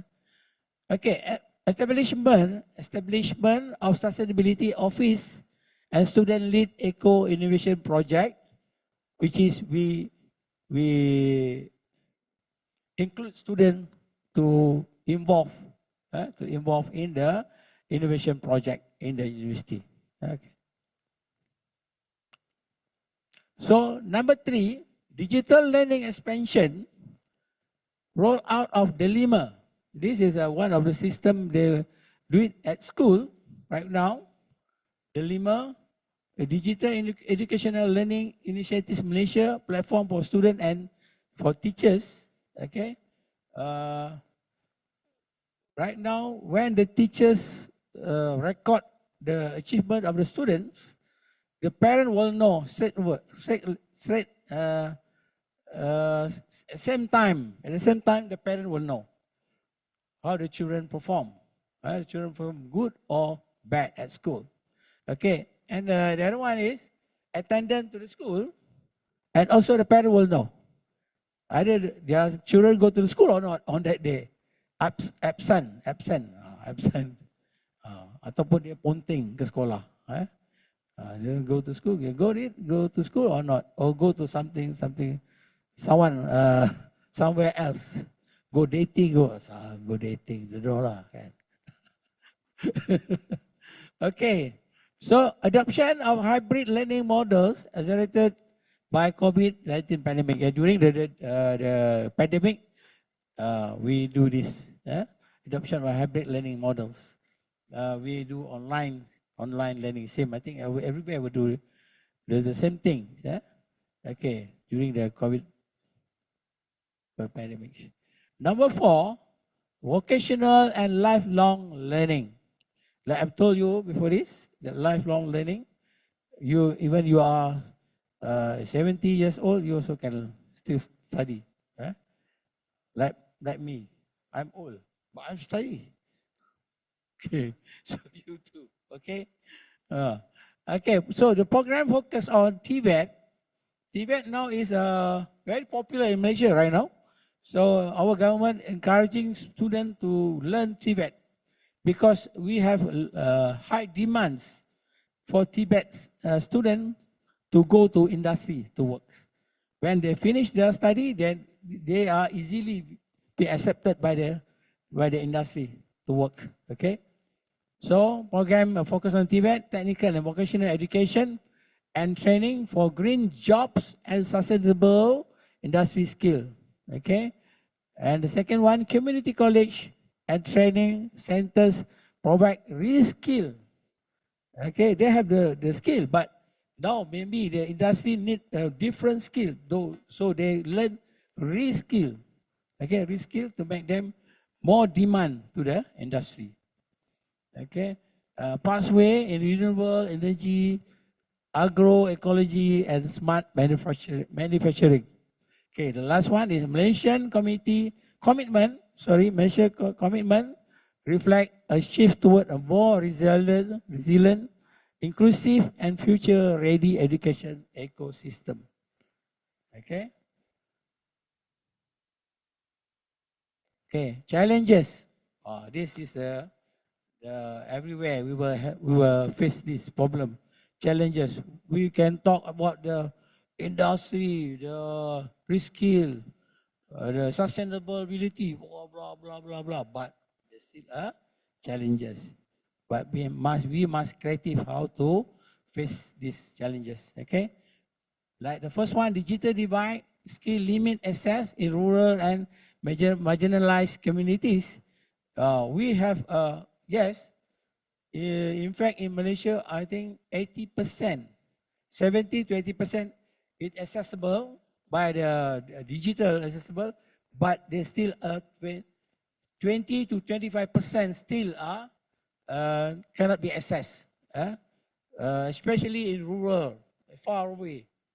For example, when you want to go to that place, we must buy scrambler. You know scrambler? Motorbike scrambler. And then four-wheel drive, sometimes also by river.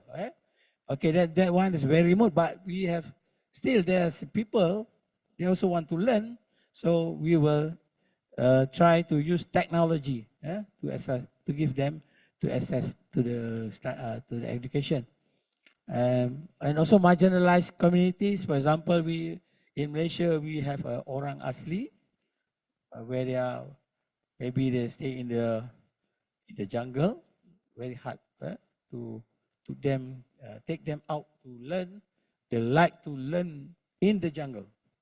So now we are we take orang asli itself to train them to be a teacher, then send them back into the jungle to teach their people. Okay, but that is not. We are trying hard to do that, but not 100% solve the problem. So 100% solve. Okay, so the second one, resistance to change among educators and institutions. Yeah, we have old people, we have old mentality, don't want to change. I like the old one, I don't want the new one. So like very hard to change. Then they're still working there. Okay, so among the educators and institutions, the policy sometimes is very hard to implement at their place. Okay, and adequate education of sustainability education into mainstream curricula. Sometimes the curricula cannot be changed because of the lecturers. They like the old curriculum so much, so very hard to change. Okay, it's on the attitude. It's problem on the attitude. So limited sectoral collaboration between education, environment, and industry. So limited sectoral collaboration. So sometimes they want to work together, but some other people did not like to collaborate with others. Okay. 3 minutes. Okay. This now? Okay. The opportunities. But where we have the challenge, we also have opportunities. For instance, industry, for example, like industry 4.0 tools like AI, AR, VR, and LOT offer immersive sustainability learning experience. This thing will help we to overcome the problems. And policy alignment with SDG foster a coherent national framework, a growing student activism, and also youth engagement in climate and sustainability action, international partnership for research, mobility, and innovation. For example, like Erasmus, some of you have the grant for Erasmus. Also UNESCO and Uni-Twin Network. Okay, these are those opportunities can help you. Okay, to make the changes happen. Okay, way forward. So the way forward, okay, now Malaysian with mainstream education for sustainable development, FSD across all level and discipline, and build educators' capacity through training and sustainability pedagogy and digital tools, and will foster multi-stakeholder collaboration, government, academia, industry, and civil society.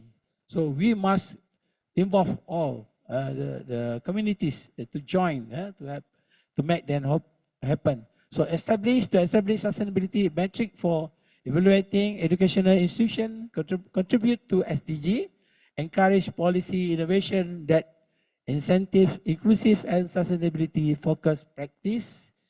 I have 2 minutes more, I think. Okay, next, please. Okay, now we come to the last part of my slide, the conclusion. So educational innovation is not a choice. It is an urgent imperative for achieving a sustainable and equitable future. Countries like Malaysia are demonstrating that with the right policy, technology, and inclusive strategy, education can be a catalyst for systemic transformation by aligning curricula. Just now I told you about the curriculum, the pedagogy, the creative pedagogy, and the governance with sustainability principles, we will empower future generations to shape a just, a thriving world for the future, for our future. So that's all from me. I hope can share with you all about the sustainability about in Malaysia experience. So I try to to present the best of it. Okay, so thank you very much. Assalamualaikum warahmatullahi wabarakatuh. Sorry, wabillahi taufiq wa hidayah. Wassalamualaikum warahmatullahi wabarakatuh.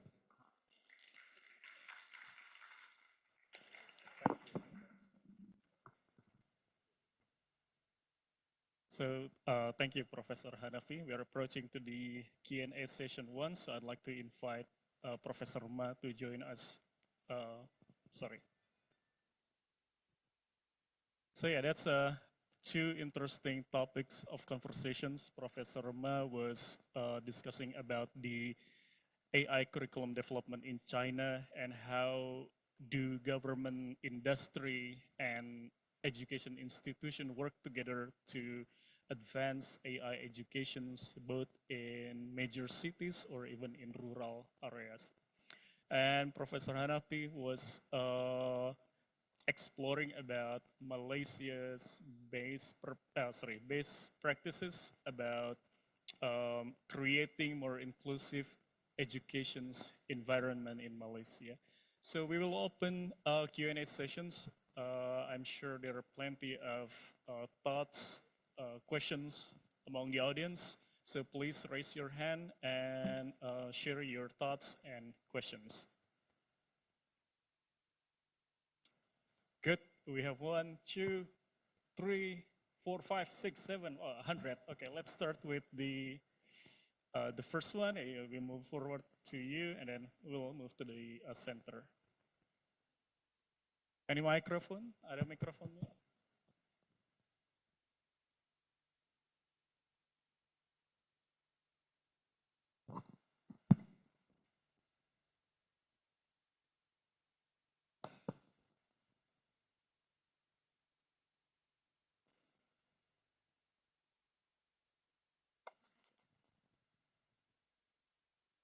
Well, good morning, everyone.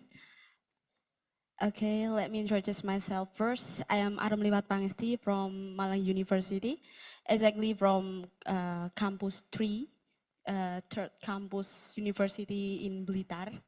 You know, I am from primary education. Well, I think firstly I wanted to say that my English is not too good, so please, I'm so sorry first. And then, firstly, the second I want to say to the speakers, Mr. Huang Ma, maybe, and then Mr. Hanafi. That's a good sign that I get, good lesson that I get this morning in this room. So from Mr. Huang Ma, right? I think that's a very wonderful thing that China have a AI lesson for primary school, and then from the first grade and then the second grade until the higher grade. They are so good that make people in primary study about AI, but that's different in Indonesian. I think that last time, that's my paper too, talking about media, research, media and technology. And then I do observation in some elementary school. That was SDN Karangsari 2 in Blitar. And I asked the teacher, I said that, I answer her, what about the media of learning? They said that in this era, even we use digital media, the student cannot do quizzes. They cannot do quizzes. And then when I flashback it and then I want to make a connected thing with your AI, and then the primary school in China study about AI. That's a big difference, you know. And then I just wanted to ask you, it means that China have a, what is? China very smart. The student in China is very smart, and then the government must be more smart too, smarter than the student, right? So maybe sometime it will make student, or maybe the civic in the people of China will abuse about that AI, right? And then do the government in China thinking about that abusing of AI? I'm so sorry if you don't get my question. I wanted to ask you, how can the government how can the government what is, how can the government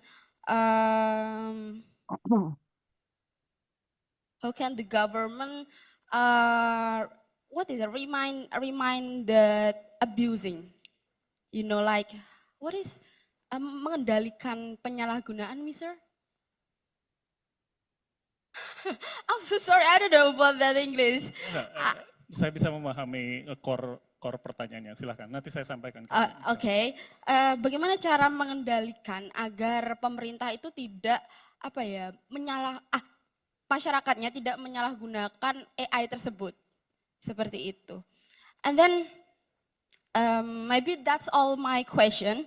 And for Mr. Hanafi, I just wanted to ask, doesn't transformation curriculum ruin the student learning?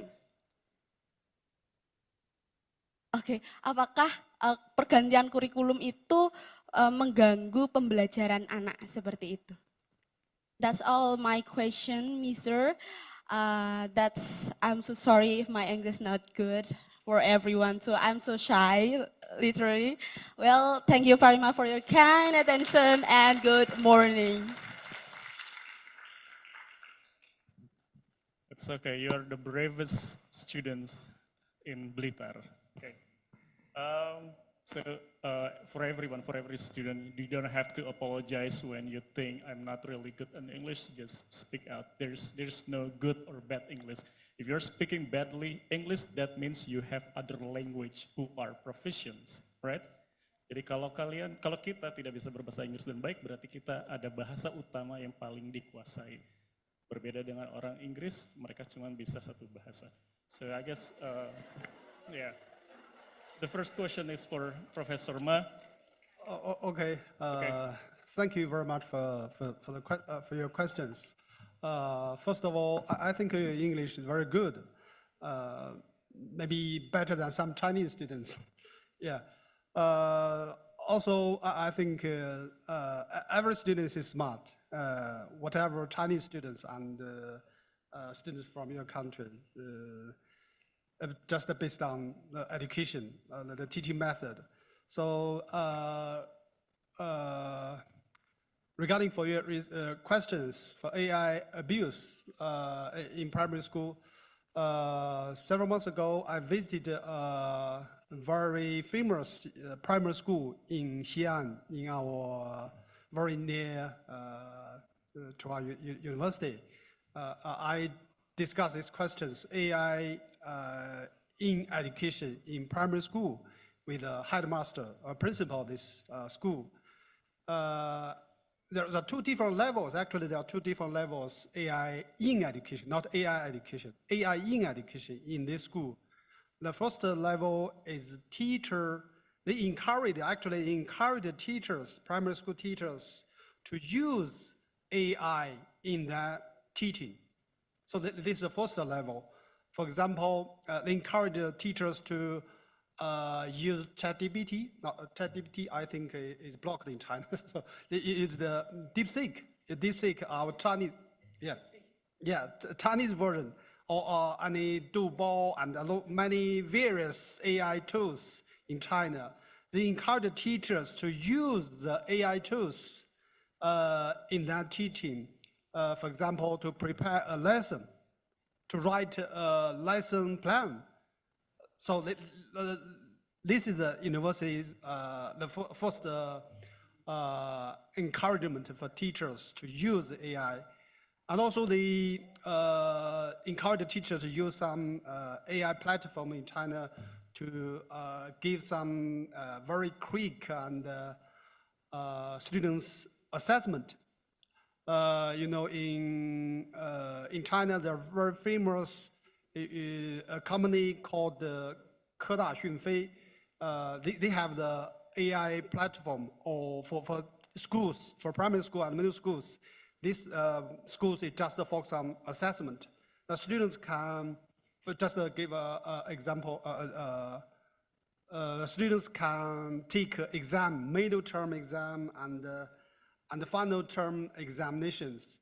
And the teachers can use this platform very efficient to provide, give some evaluation for students.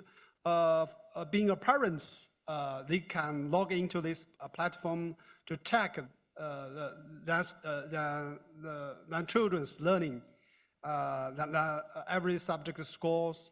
So, and also for Chinese language course, this platform can give,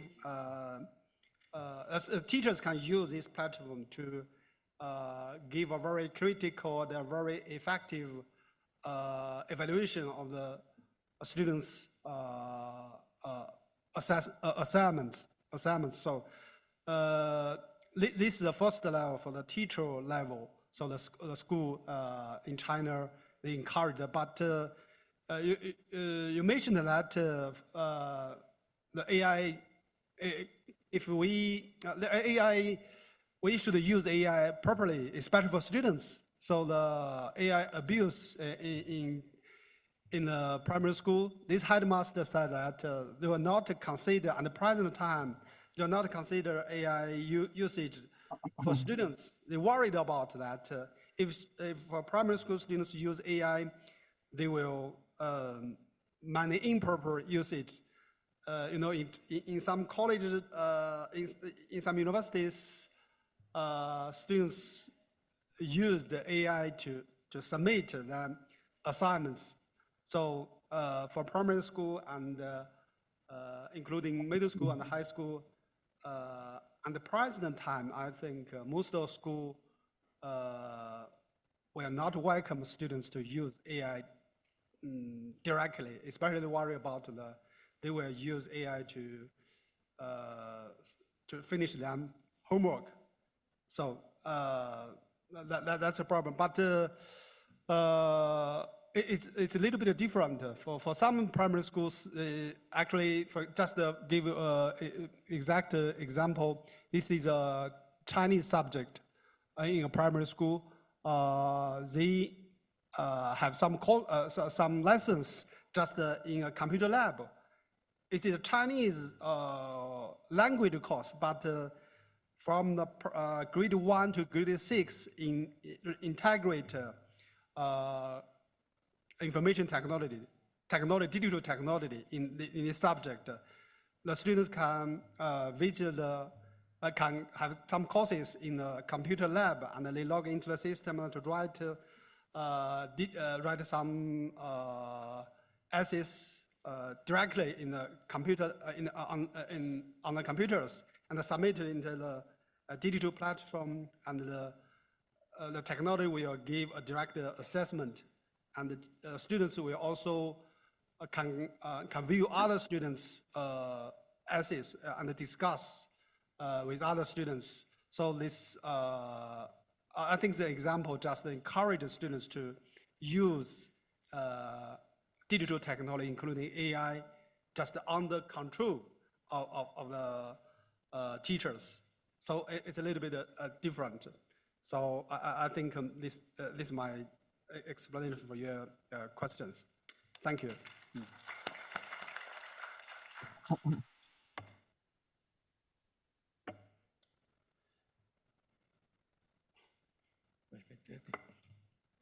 Okay, now it's my turn. So just now, siapa nama puteri tadi tu? What is your name? Arup. Arum. Yeah. Congratulations to you. Actually, you can speak English to ask this question. But your friend here all just stay silent, no question. So we must say congratulations to our friend, your friend here. Eh? Her English is good. You know, actually, this is the opportunity that you, I think can talk about it a bit about it. So how you to communicate in English? You learn English, but when you want to talk English?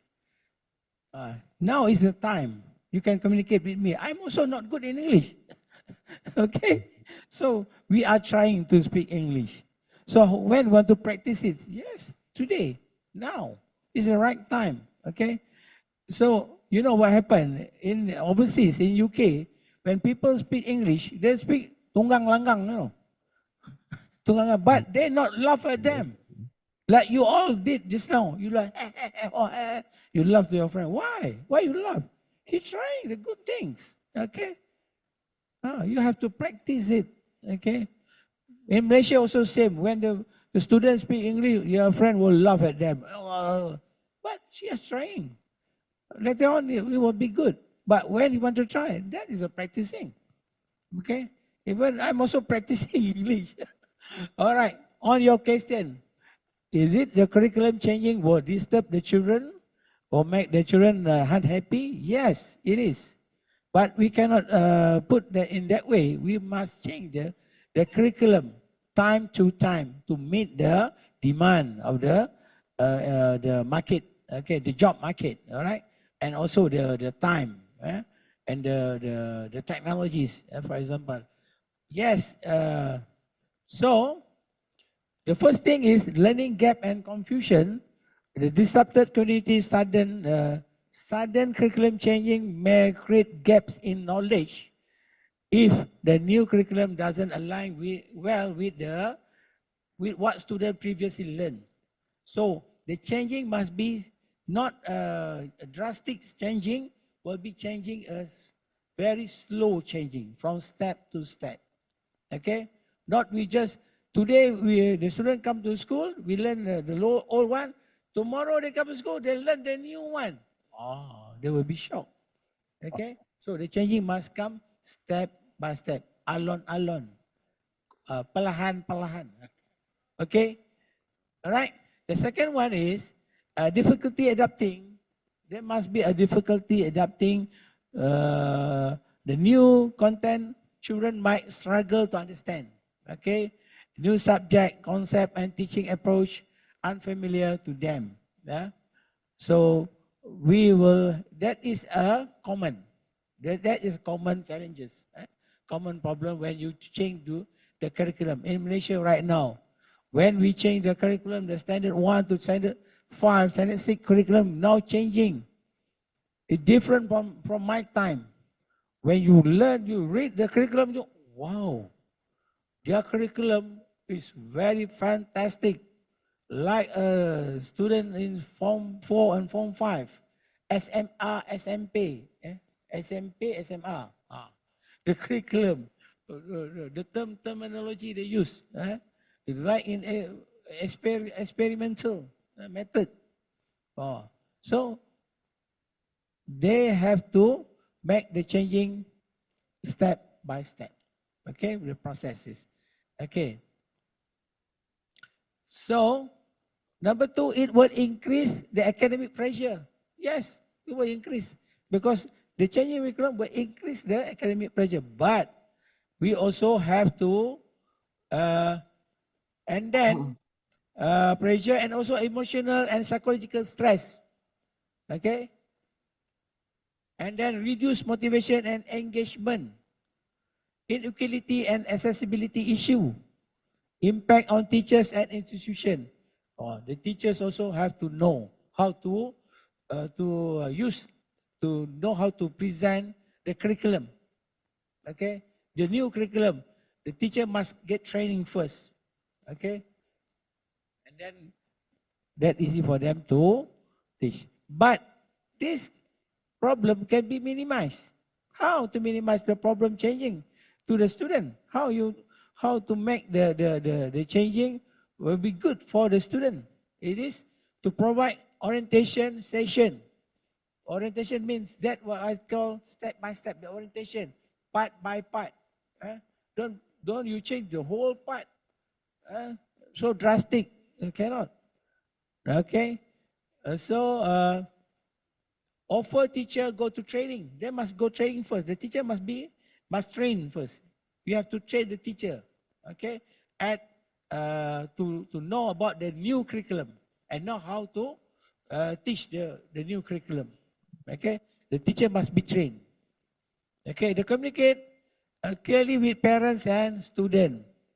Before you go changing to have parents and the children, you will have to tell them next week you will learn a new curriculum, and the parent help your children to adopt to the new curriculum or the new textbook, whatever. Okay, so they know already. They didn't shock when they go to school and come to school, and then the teacher teach the new things, and will make the student pressure, stress, not the children, and also the teacher also will stress. Okay, gradually implement, alon, gradually. Okay, implement curriculum changes rather than drastic changing. Okay. And the last one is include mental health. Include mental health support and counseling in school. Okay? Mental health support and counseling. Okay. If the children cannot adopt the new curriculum, the teachers must know. Don't just come there and scold them. Okay. Then just scold them. You are the problem there. Okay. This is the changing process. This is common things will happen when you change the curriculum. Okay? Harum? Good. Understand? Or you want me talk Indonesia? Never mind. Learn speak English. Good for you. How about your friend here? Okay, thank you. Thank you. So that's kind of wrapping up our first sessions. Thank you so much, and give a big round of applause for Professor Ma and also Professor Hanafi. Thank you so much for this insightful session one. We are very sorry because it seems like our time is kind of running out. So we're gonna postpone the questions into the second sessions, right? We are moving forward to the second segments of the academic lecture. We have two scholars. The first one is Professor Suan Fu Chao, PhD from National Tsinghua University, Taiwan, and the second one is Dr. Edianto from State University of Malang, Indonesia. So Professor Chow will be joining us via Zoom. So I think he's ready in the room. Professor Chow, can you hear us clearly? Yes, can you hear me? Okay, fabulous. Okay, so Dr. Edianto has joined me in the main stage. So we are displaying the Zoom. Okay, great. Okay, awesome. So I will introduce Professor Chow. Dr. Chow is a professor and chair of the Department of Educational Psychology and Counseling, National Tsinghua University, Taiwan. He is the editor-in-chief of Chinese Journal of Psychology. His Doctor of Philosophy is earned from National Taiwan University with the major of psychology. His research interests lie in the intersections of attention, memory, cognitive control, and emotions.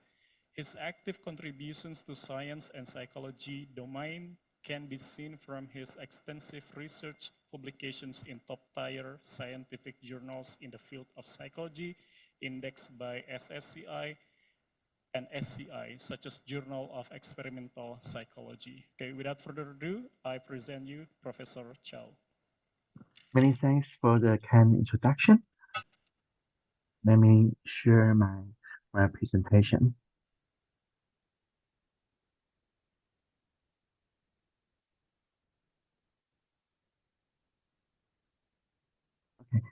Can you see my slide?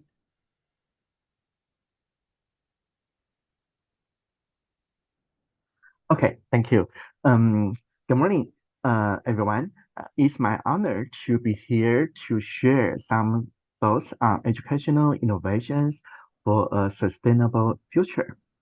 I have slightly adjusted the title of my talk to highlight one particular topic, that is, the importance of approaching this topic from a behavioral and psychological perspective.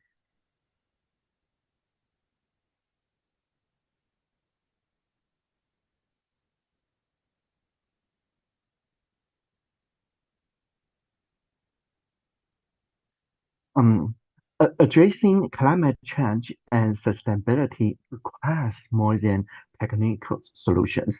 It requires human transformation. Education is a powerful lever in this transformation, not only for conveying knowledge, but also for shaping values, behaviors, and identities. Let me share an example from Taiwan. The Taiwan Green School Partnership Program is a national initiative that supports schools in their journey to become green schools. The program provides key concepts, action plans, teaching materials, and access to both governmental and private sector resources, helping schools integrate sustainability into their everyday operations and curriculum. Moreover, competitions, guest lectures, and outreach activities have also been introduced to further strengthen environment educational efforts. In addition, another noteworthy initiative is the Taiwan Guide to the SDGs educational manual, offering practical guidance for educators to teach each of the sustainable development goals. In addition to these efforts, a number of educational innovations have been developed to raise awareness about climate change and to encourage pro-environmental intentions. For example, initiatives like the Gaia Challenge and Meltdown use interactive approaches to engage learners and promote sustainable behavior. Gaia, short for Bring Awareness for in Action, is a Horizon 2020 project designed to promote energy awareness in schools. It combines sensor technology, a web-based tool, and gamification to engage students in understanding their real-time energy consumption. By collecting live data from school buildings, Gaia empowers students to visualize in energy use, inspire them to adopt more sustainable behaviors. On the right, you can see that an example of an in-class activity using the lab kit. In this exercise, students can use conductive ink to draw circuits directly onto a printed floor plan of their school, and making energy learning both interactive and hands-on. In addition, Shen and colleagues developed a fully immersive virtual reality supermarket that simulates real-world grocery shopping behaviors. In this environment, participants made food choices while taking sustainability and into account, considering factors like packing and transportation, and the results were promising.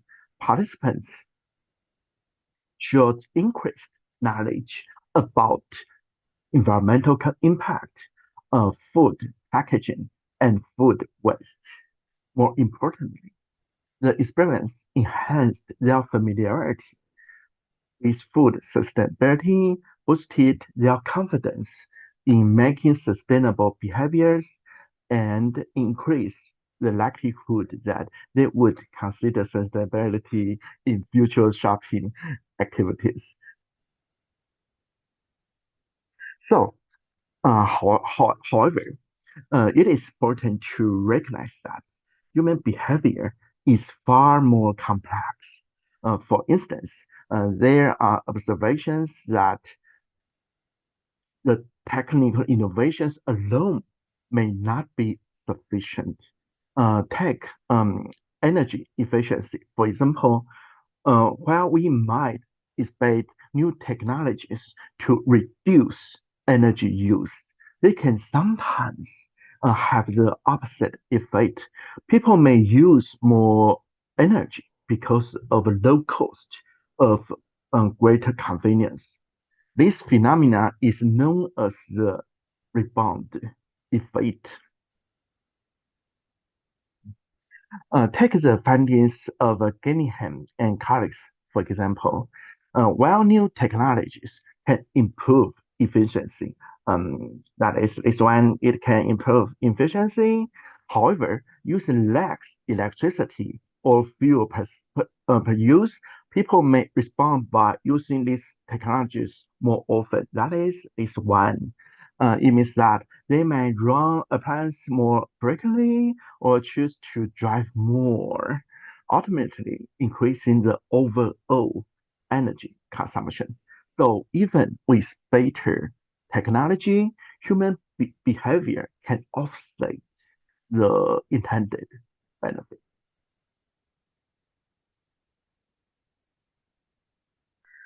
Just as technical innovations face important challenges, so do educational ones. Even when information is delivered through immersive or interdisciplinary formats, it does not necessarily lead to lasting behavioral change. Learners may understand the principle of sustainability, but that does not mean they act them. This is where behavioral sciences become crucial. I would like to share some key findings from our work, which suggests that behavioral change depends not only on our knowledge, but also on individual, societal, and cultural factors. First, behavioral feedback, such as through smart metering, can raise awareness of real-time energy consumption. In addition, non-based messaging can effectively reduce energy use. For instance, telling households that they consume more energy than their neighbors can promote meaningful changes. Third, individual differences in value orientations influence behavioral intentions. And finally, we also found that emotions plays an important role in shaping whether people follow through on their pro-environmental goals. Okay, so let me introduce from the first example. Several years ago, we conducted a field experiment at National Taiwan University. We chose two laboratory spaces for experimental manipulation. In this study, we use electricity monitoring devices, that is this one, to measure energy consumption and provide feedback based on the recorded data. The feedback was presented this one. The feedback was presented in the form of a gamified aquarium interface where the amount of electricity used influenced the visual elements displayed to the users. Apart from this feedback manipulation, no other experimental manipulations were introduced in this study. Okay, this is an enlarged view of the aquarium interface. We manipulated the richness of a fish species. The main character, such as this dolphin, and also the background elements to reflect increase or decrease in electricity use. Okay, the aquarium interface features a total of 19 levels, each reflecting a different stage of energy saving performance. A decrease in electricity consumption results more vibrant and rich aquariums such as these ones, and while an increase in consumption lead to a more barren display like these ones. And this is an example of the feedback being displayed on the computers in these two lab spaces in the form of a screensaver. So the students or the researchers there will see our feedback very frequently. Okay, and here are the results. The study was conducted over an 8 weeks period. The vertical axis of the graph represents electricity consumption, and the horizontal axis indicates the number of weeks. These are the two rooms, lab 610 and lab 611, chosen in our study. And the results shows that the solid line represents the experimental group, and the dashed line represents the baseline. As shown, there is a big difference between the experimental group and the baseline group. And the result shows that the experimental group exhibit a clear reduction in electricity use compared to the baseline, demonstrating the effectiveness of the feedback intervention. In other words, a gamified electricity feedback can effectively promote pro-environmental behavior. However, we also noted that you can see there is a decline in the intervention effectiveness during the final 2 weeks. This trend may be used to suggest that there might be rising temperatures, shifts in student activity patterns throughout the semester, or the effects of our prolonged experimentation and participants' participation. This observation suggests that while feedback can be powerful, it is not a standalone solution. Additional factors must be considered and explored further. Okay, so this is our first study. And in our second study, this is conducted in collaboration with Dr. Renhe Zhang. In this particular study, we set out to understand how social norms influence energy saving behavior. We asked participants about the behavior of their classmates and family members, both in school and at home. We also ask about their own any savings behavior in both settings, that is at campus and uh, and at home. That is in the next slide. Okay, and here are the results. So we ask their family members and their schoolmates' behavior at home or at campus, and we measure their behavior for such as turning off air conditioning or turning off lights. And here are the results. As you can see, for turning off air conditionings, the results suggest that participants' behavior at school were primarily influenced by their classmates' behavior at school. In contrast, the behaviors of their family members at home or classmates at home had little effect. Similar findings can be formed when the intention to turn off lights is measured.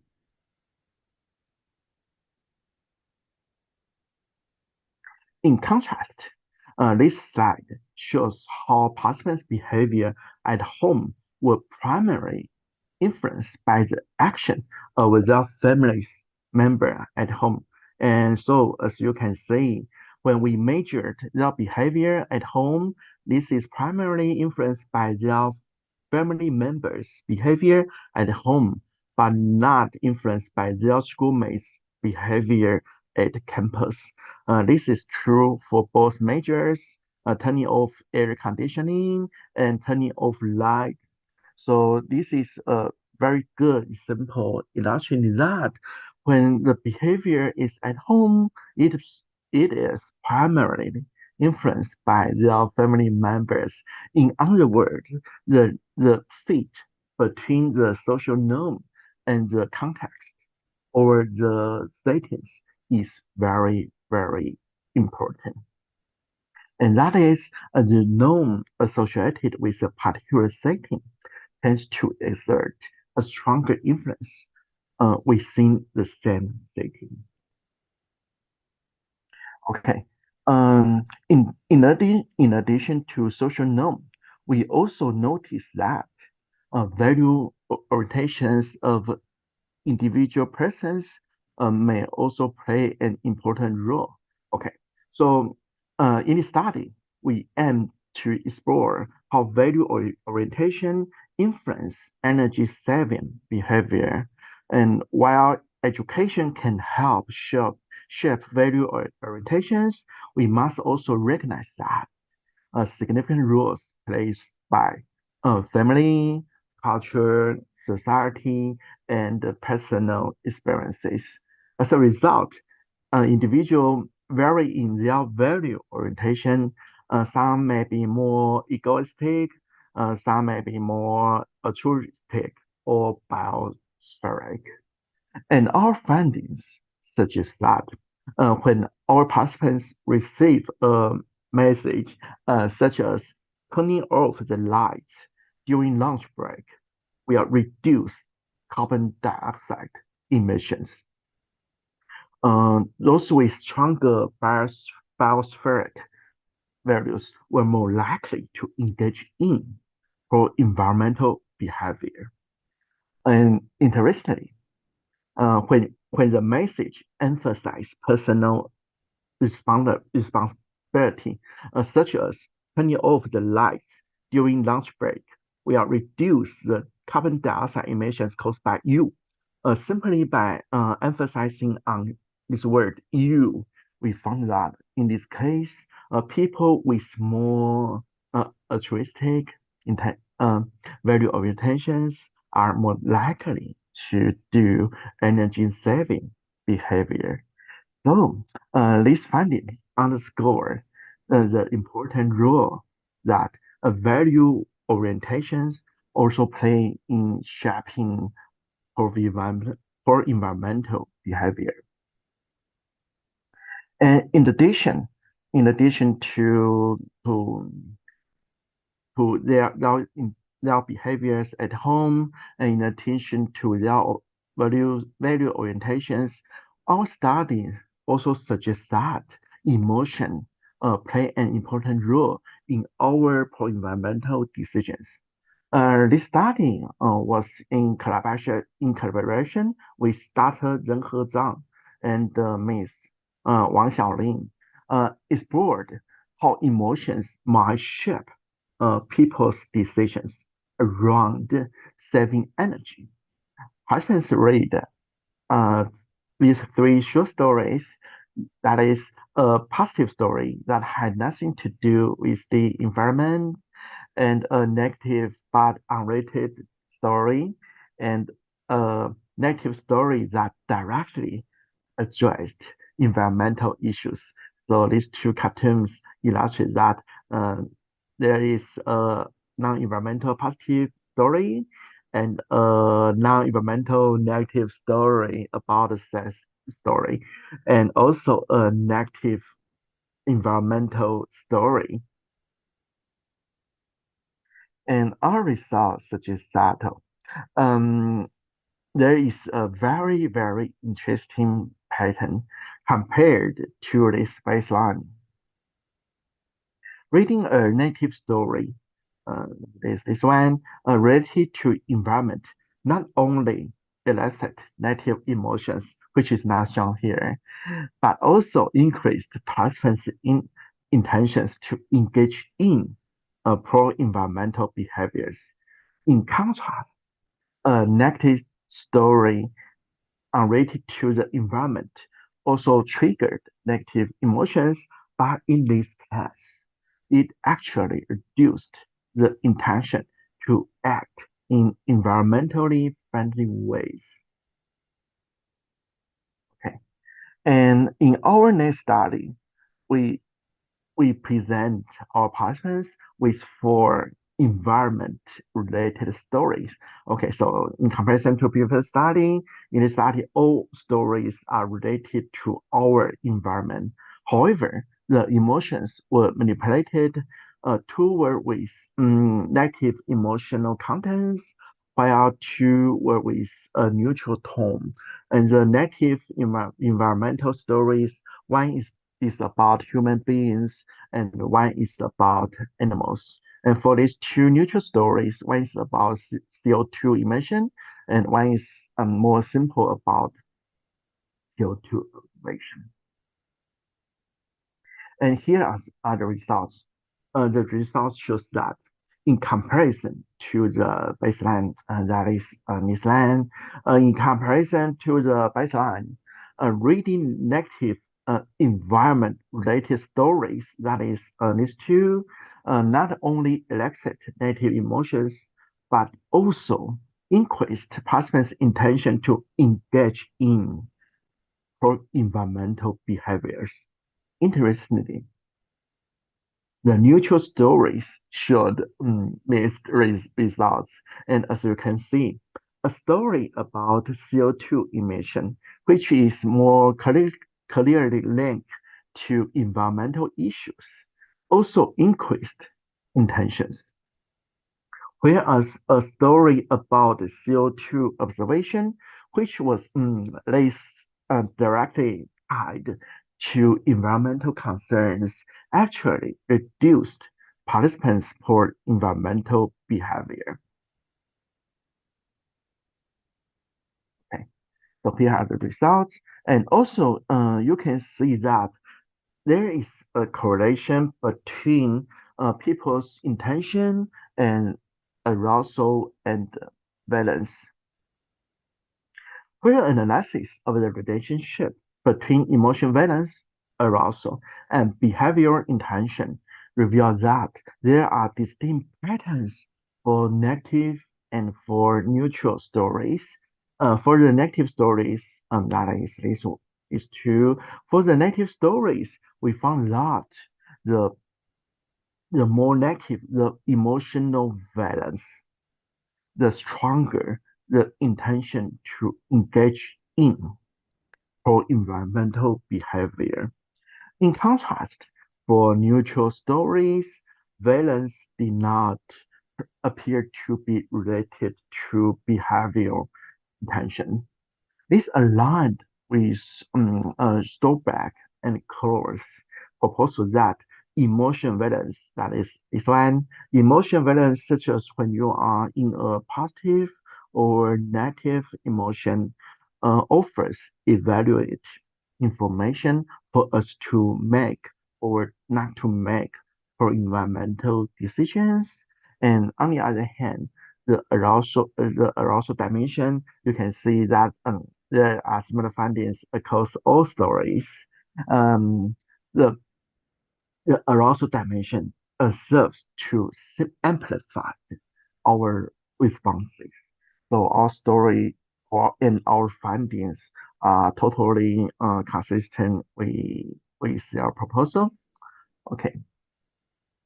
We also found that value orientations also plays a very important role when we use the stories to modulate our participants' emotions. As you can see, when reading a negative story related to animals, people with stronger biospheric values reported higher pro-environmental intentions. Interestingly, when the story focuses on human, and you can see that those with higher egoistic value orientation showed more intention to act. So emotion and the value orientations can interact to influence people's action toward pro-environmental behavior.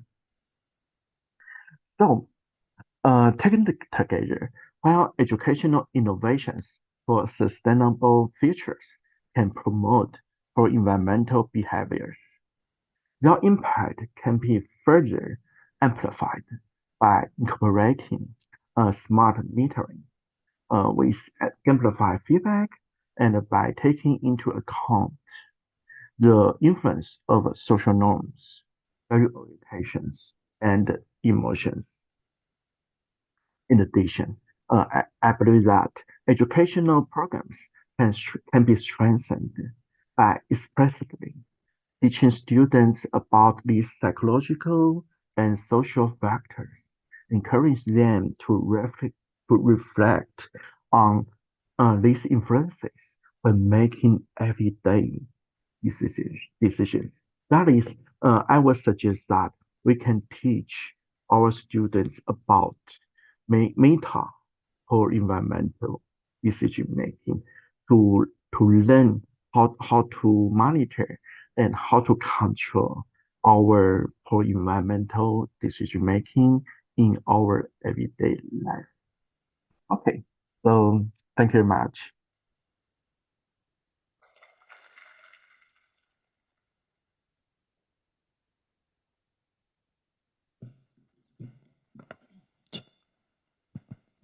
Okay, thank you so much, Professor Chow, for such an thought-provoking lecture. So let's see among the audiences who have questions about what Professor Chow just gave us. Any other questions? Great, one questions. Yep. Professor Chow, can you hear us? Yes, I can. Thank you. Okay, we have one questions. Yeah. Thank you very much. Jim, microphone.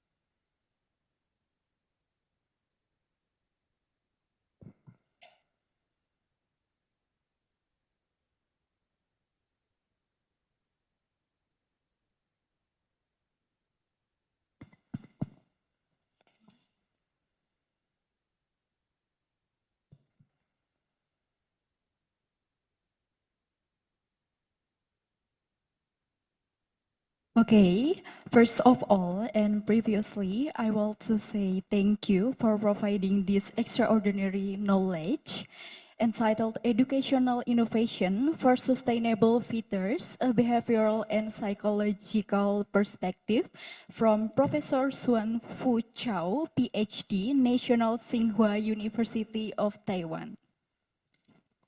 So, hello everyone. My name is Nabila Nosa Amalia Putri, and people usually call me Nosa. I am from University State of Malang, especially in Guidance and Counseling major, Faculty of Education, and class of 2022. So, my question is, what role can Taiwan's experience in education innovation play in informing global best practice for achieving sustainable development goals through education? Because as we know that SDG is having a 17 goals that including about quality of education. Thank you very much. Thank you much. About the educational innovations, I think in Taiwan, there is very similar actions, such as the green curriculum or other trials, such as the contest and such as the talks to improve the pro-environmental behavior and to improve the sustainability. And in this talk, actually I did not emphasize too much about this educational innovation, because I would like to emphasize that in addition to the educational innovation, we should consider these behavioral and psychological findings into our account.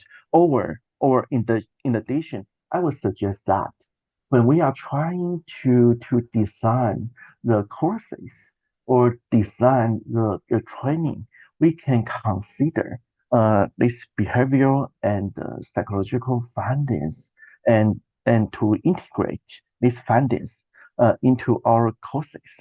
And that is what I would like to address in this talk. Thank you. Okay, thank you very much for the answer. Thank you very much.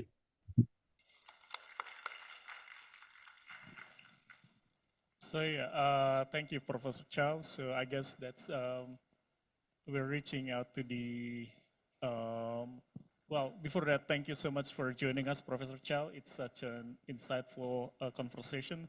So if I can summarize what Professor Chow has just explained to us, when we are measuring pro-sustainable behavior, we need to look at a more comprehensive assessment aspect, such as knowledge, attitude, and behavior.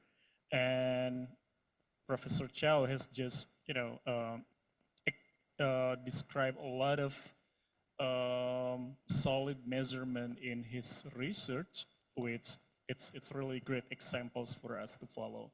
Okay, thank you so much for Professor Chow to join us.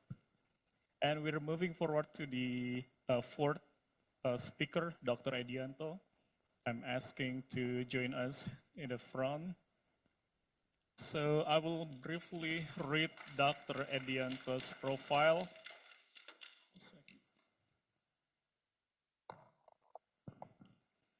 So Dr. Edianto is an assistant professor at the Department of Special Education, Faculty of Education, State University of Malang, Indonesia. He earned a Doctor of Philosophy in Educational Development from Hiroshima University. Dr. Edianto has earned and managed both regional and national research grants, including transnational research agenda within international partnership. His research focuses on the topic of inclusive education and learning development of learners with disability. In these occasions, he will be delivering a speech entitled Need Analysis of Global Teachers' Attitude, Foundations for Sustainable Inclusive Education Evaluations. I'll present you Dr. Edianto.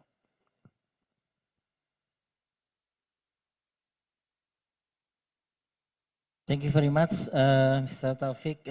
I want to go to front of. As a moderator says, thank you very much, Dr. Taufik. And want to say Assalamualaikum warahmatullahi wabarakatuh. And this is a part of my study that's running this year about the development of global scale that can measure teacher attitude toward inclusive education. That is for evaluation of inclusive education in the global society. Yeah, can share my slide, please, for the team. Okay, very good. I want to say thank you also for the committee and also others keynote that I very learn more about the inclusive education in Malaysia and China and also from Taiwan. And my title is about the need analysis of a global teacher attitude foundation for sustainable inclusive education. Please go to the next slide. And also to the next slide, please. Yeah. Inclusive education already running for more than 30 years, that formally from the Salamanca that give the opportunity to all students to get equitable study, equitable education in the every school. Yes, and then also inclusive education is the global priority alignment with the Sustainable Development Goal 4. It's also every country give the best effort to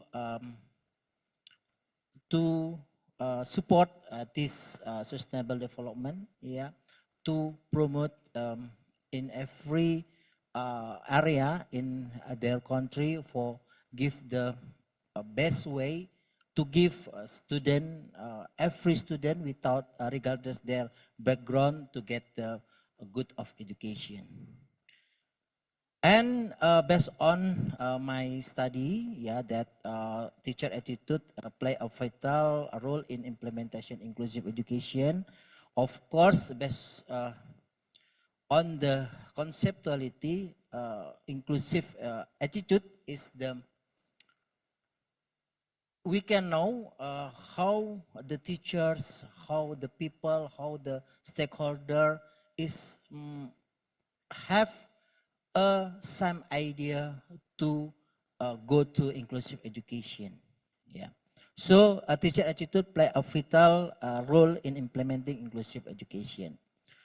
And despite policy commitment, real practice very widely across country. But based on this move forward, every country running the inclusive education based on their experience. So we don't know. Every country is doing inclusive education in the best understanding or in the wrong understanding. Because every study that we do is going not like connecting each other. Not connecting each other. Like me, going my study based on my experience.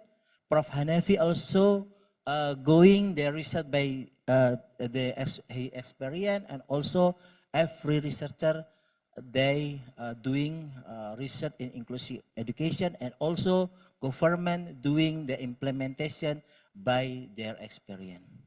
So the big question that I also happen in my my thinking is it inclusive education running in the best understanding or in the misunderstanding? This is the big question. And the next question that happen is it inclusive education in the inclusion or exclusion? Because I see that happen is inclusive education is more exclusive. Yeah, this is happen in the that I thinking this is still happen. Yeah. Inclusive education going exclusive. Yeah. Not inclusive. So we need to thinking again about the inclusive education. We need we need to make a rethinking about inclusive education, and I don't think we always going inclusive education in the right way. We need to make a communication, yeah. And based on my study, yeah, I propose, yeah. Next slide, please. Yeah, next slide. Yeah. Based on my experience, yeah, I want to make one of comprehensive tools, yeah, that can give information across country, yeah. And based on my expectation that in the attitude, yeah, measuring attitude toward inclusive education. So I want tools that can give information about the how attitude, teacher attitude in the around the world. So this is the beginning of my study, and also the scale just running, then still develop, and this year also I try to trial this program in the 10 countries, yeah, 10 countries in across the world. Okay, this is the first paper. I plan make a 5 paper for this project, yeah. And this is the first paper that already done, then submit to some journal, still a review, and hope can publish soon. Move forward to next article also, until 5 articles will plan finish in this year, yeah. For this kind of study, yeah, purpose, this study investigate the global needs for a sustainable assessment system to evaluate teacher attitude, yeah. Then it aims to identify challenges and opportunities to support inclusive education policy development. Yeah, why I make this scale? Yeah, because if, yeah, the report of the research in the same topic like teacher attitude, yeah, it is can be make a best figure for our government, for our for the stakeholder, yeah, to make a policy, yeah, to make a same thing, yeah, across the culture in the every area, in every part of area in the every country, yeah. So it can be a same overview, not be part by part in the just some report from the one researcher or something. This is like a same overview. So next slide. Yeah, the methodology I use the literature review method, yeah, for the first paper, yeah, and the last paper is about the development and until the technical report and the evaluating, yeah. I start from designing the review, yeah. I select the word that keyword that related with this topic, like inclusive education, then teacher attitude, and another keyword that related with this topic. And then conducting the review, analyzing, and writing. And I will explain to the next slide, yeah. The step, yeah, I start from the selection, the criteria, yeah, I choose the keyword inclusive education, yeah. This is almost, this is from 10 years ago, yeah. 17, more than 17,000 articles. Then I selected the paper that doing peer review only, yeah. This more than 12,000, yeah. And then I just choose the full text available on ERIC, yeah. So it's mean I search database from ERIC, yeah. This is more than 2,000. Then since 2016, yeah, last 10 years, this is more than 1,600 articles. And I select the descriptor, yeah, teacher attitude is just 362 articles. Based on that, and I partition again, and I just selected the most 10 countries that have reporting these articles. Yeah. And then I read every article, yeah, analyzing the article, yeah. Then I just choose article that truly report about the inclusive education and report about the teacher's attitude. Then next slide. Okay, and based on that, I found, yeah, attitude variation, yeah. Teachers show both positive and negative attitude toward inclusion. Yeah, I see, yeah, on the same country, yeah, in some part, yeah, in some part like East Java, yeah, this is reporting. One researcher say in East Java is positive, but yeah, another say the teacher attitude is negative. So how it can be happen? Yeah, this is because the reporting is the different place maybe. Yeah, but we cannot know. Yeah, that is reported in the same place or the different place. So based on that, we need some tools that can report it comprehensive. Which part that give reported, which part can report it in another place. So it's the comprehensive tools that reporting about the teacher attitude. So because on that, the government, yeah, or school very confused about it. Sometimes the researcher report about the negative attitude. Sometimes the government read the positive attitude.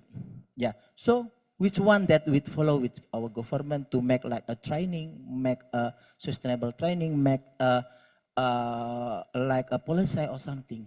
This is make confused or make I think can make the some make a wrong way in the implementation. Yeah, because they don't have comprehensive reported between each other, not linking in the each other. Every each researcher not linked. Yeah. So yeah, in the result positive, yeah, supported by experience, yeah, training, sometimes inclusion support, yeah. But negative due to lack of training, yeah, resource and support, yeah, and different access by teacher background and country context, yeah. This is the finding of the variation attitude, yeah. Okay, next. Yeah, based on this finding, I also finding another reported like self-efficacy and perspective, yeah. Some researcher, yeah, like conduct the research like for like a interview, deep interview, yeah. So they say about this is perspective of the teacher, yeah. Some of them, yeah, doing it in the a quantitative, like make a survey or something. Yeah. So, yeah, based on this finding, self-efficacy and perspective, teacher often lack confidence and training in inclusive practice. Yeah. Then perspective are shaped by culture, experience, belief, and system readiness. Yeah, and some feel the unprepared despite understanding to need the a need for inclusion. Yeah.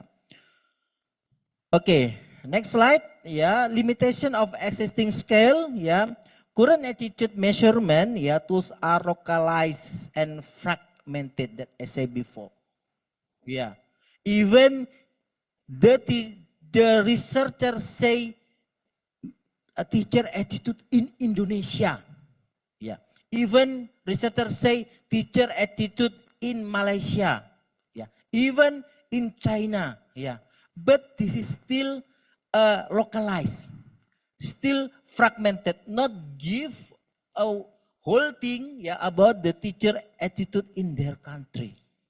Yeah, just localized. Yeah, because yeah, the like a purposive sampling like just take the 300, 100, so it's cannot generalize. Yeah, some researchers say, yeah, in China, in Indonesia is positive attitude. Some researchers say negative attitude. So why this is different? Yeah, this is cannot solve. Yeah. So yeah, based on that, they often miss out of integrating, yeah, cognitive, affective, and cognitive aspect, and there is a gap in tools that can be applied globally at the scale. So based on it, this is very neat. Yeah, next slide. Very neat for comprehensive scale that kind running running real time. Yeah, every researcher around the world can use this scale. Yeah, they can apply. Yeah, can they register and then share the same tools. Yeah, and then can report the same in the same comprehensive scale, and then can give this can display what happened in their country comprehensively. Yeah, so this is the my research that running this year. Yeah, we need comprehensive scale, a global data-driven attitude scale is necessary. Yeah, incorporate self-efficacy, belief and behavioral intent, and adaptable across culture, and support policy, evaluation, and inclusive practice. Yeah, and the last slide is a conclusion. Yeah, teacher attitude toward inclusive education is very globally. Yeah, there is an urgent need to standardize, scalable, and then inclusive attitude measure system, and then such as tools. Yeah, will add the teacher training, policy development, and sustainable education planning. Okay, thank you. Next slide. Yeah. I know, yeah, even the inclusive education already running more than 30 years, yeah. We need to rethinking again about inclusive education.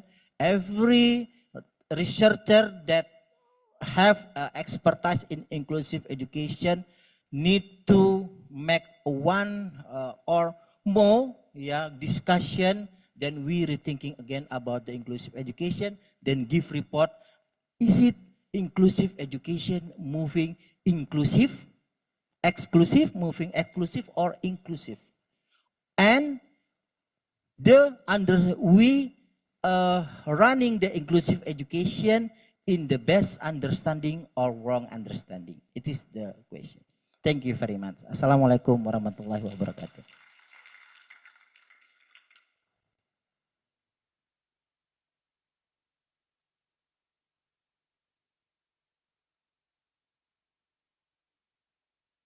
Okay, thank you, Dr. Edianto. So we have approximately 10 minutes. I guess we can open like for one quick questions if you want to, discuss anything.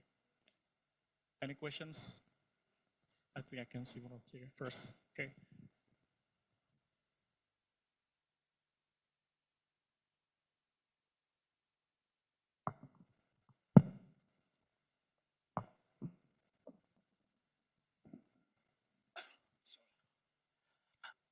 Okay.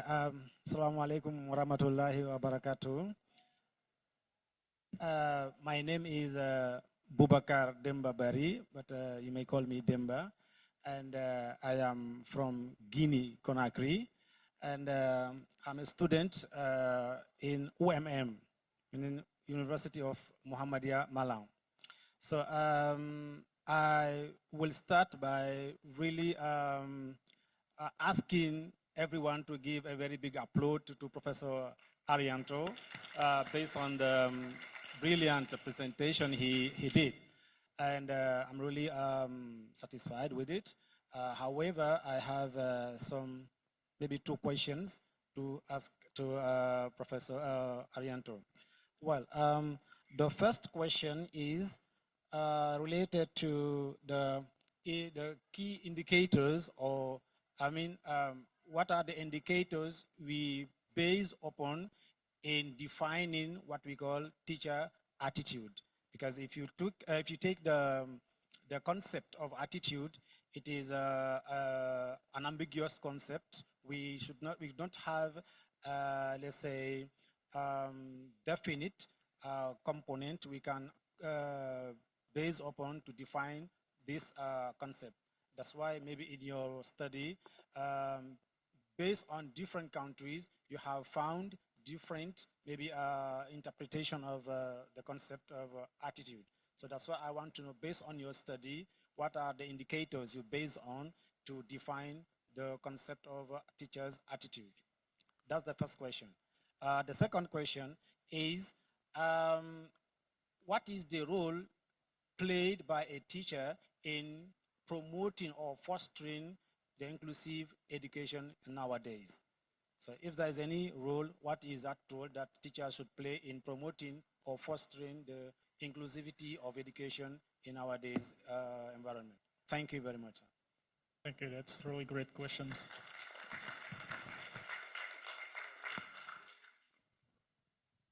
Yeah, thank you very much, Mr. Buaka. Yeah, from which country? From Guinea. Guinea. Yeah, Guinea Conakry, West Africa. Yeah. Oh, French Guinea. Yeah, Okay. French Guinea. Yeah. Okay. Then now study in Universitas Muhammadiyah Malang. Yep. Okay. Okay. Very happy can share our study, yeah, our research to all of you, yeah. Of course, the thing that I know about the inclusive education is we must be open-minded about it, yeah. We must have open-minded, because inclusive education is not only one way to make a good education. Yeah, this is my thinking about the inclusive education. Yeah, this is just inclusive education is not only one way. Yeah, this is many education system that also good based on the practice and also based on the like context. Yeah, this is, we need agree about it. We need to agree about it. Yeah, because if we, yeah, like say inclusive education is must be, yeah, so it's mean we not open-minded. Yeah, because yeah, if we say like a segregation system, yeah, like a special education, it's also very good things, very good education system. So it's mean I need to say something about it. Inclusive education, it's not one way, yeah, to make a good education. This is the my thinking, yeah. And then, yeah, move to the indicators about the good teacher attitude. Yeah, of course, yeah, of course, even, yeah, we have inclusive education or not, yeah, the teacher must make a best way to teach the student, right? Yeah, even if we don't know about the inclusive education. Yeah, if we as a teacher, yeah, we need our best, yeah, to make our student understand, educate, well educate. I think this is like we must be do that, right? Yeah. So yeah, indicator goals for a teacher attitude is this is for all teachers. Yeah, we need must be know about the pedagogical. We not must about our responsibility. We must be know about the our rules. Yeah, and then we need must be know about our student.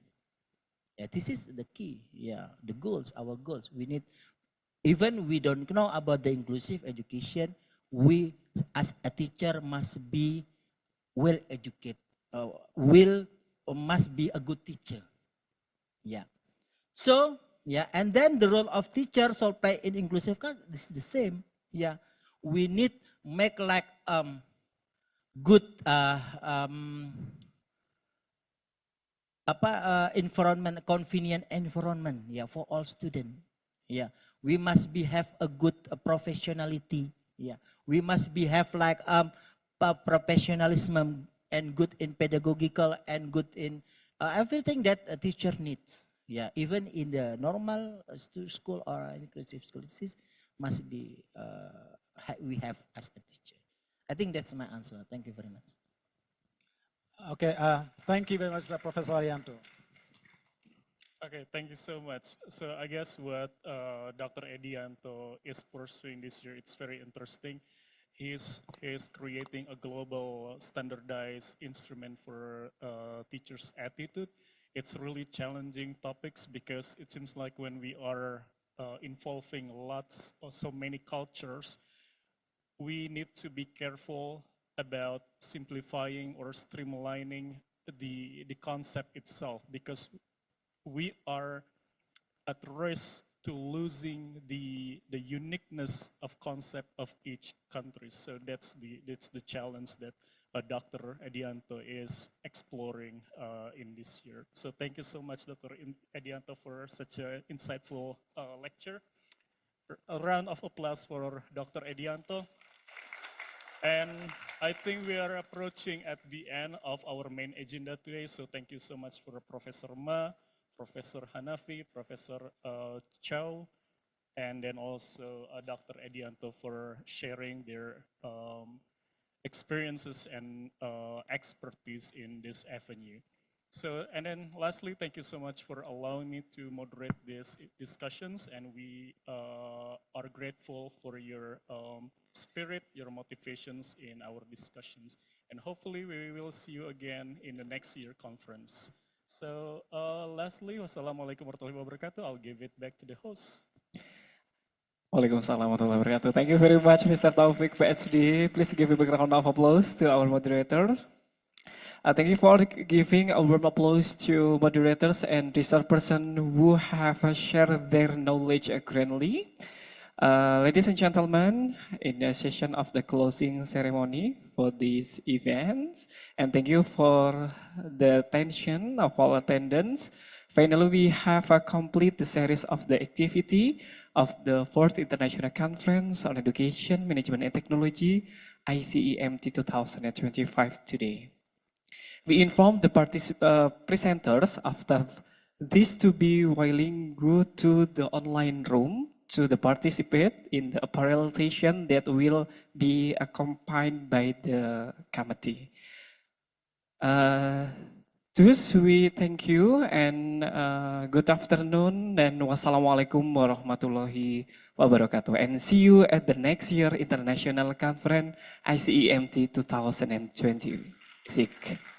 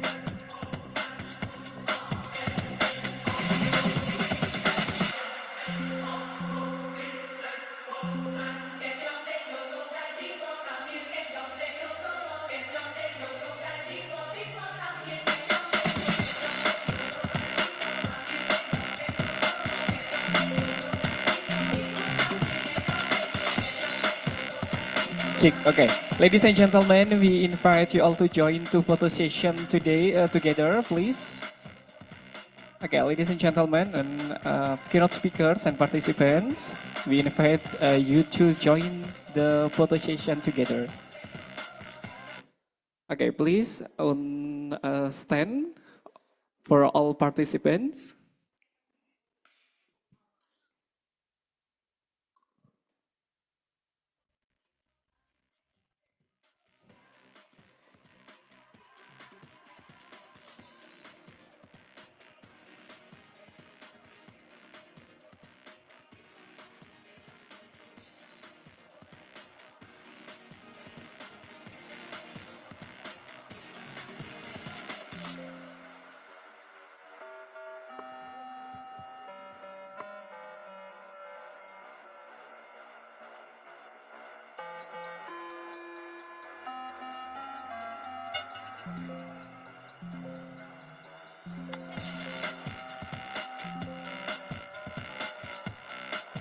Okay, please for participants of stand. Teman-teman yang di belakang, mohon maju ke depan agar bisa rapat nanti di kamera. Yang di belakang, yang teman-teman mahasiswa dari Indo, ayo merapat.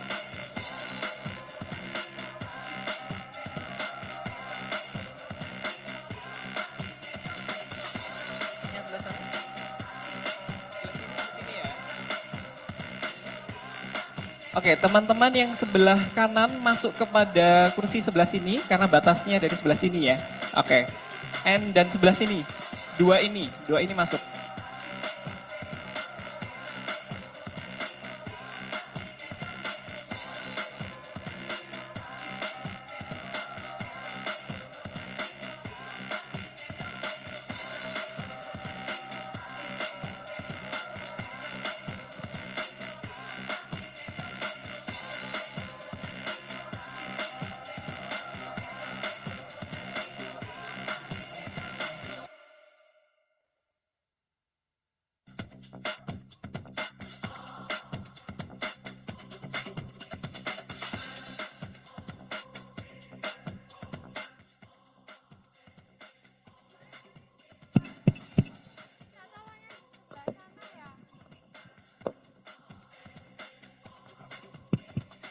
Teman-teman mahasiswa minta tolong yang sebelah sana, sebelah kanan, agak ke kiri ya. Soalnya di sebelah kiri masih kosong. Segera. Terima kasih.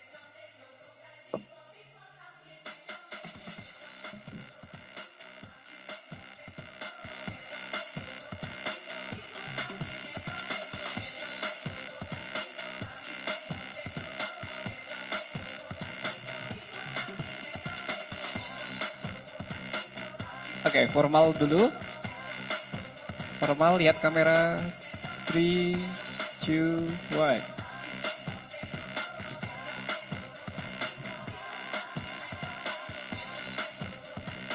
Oke, one more. Cakra. Cakra.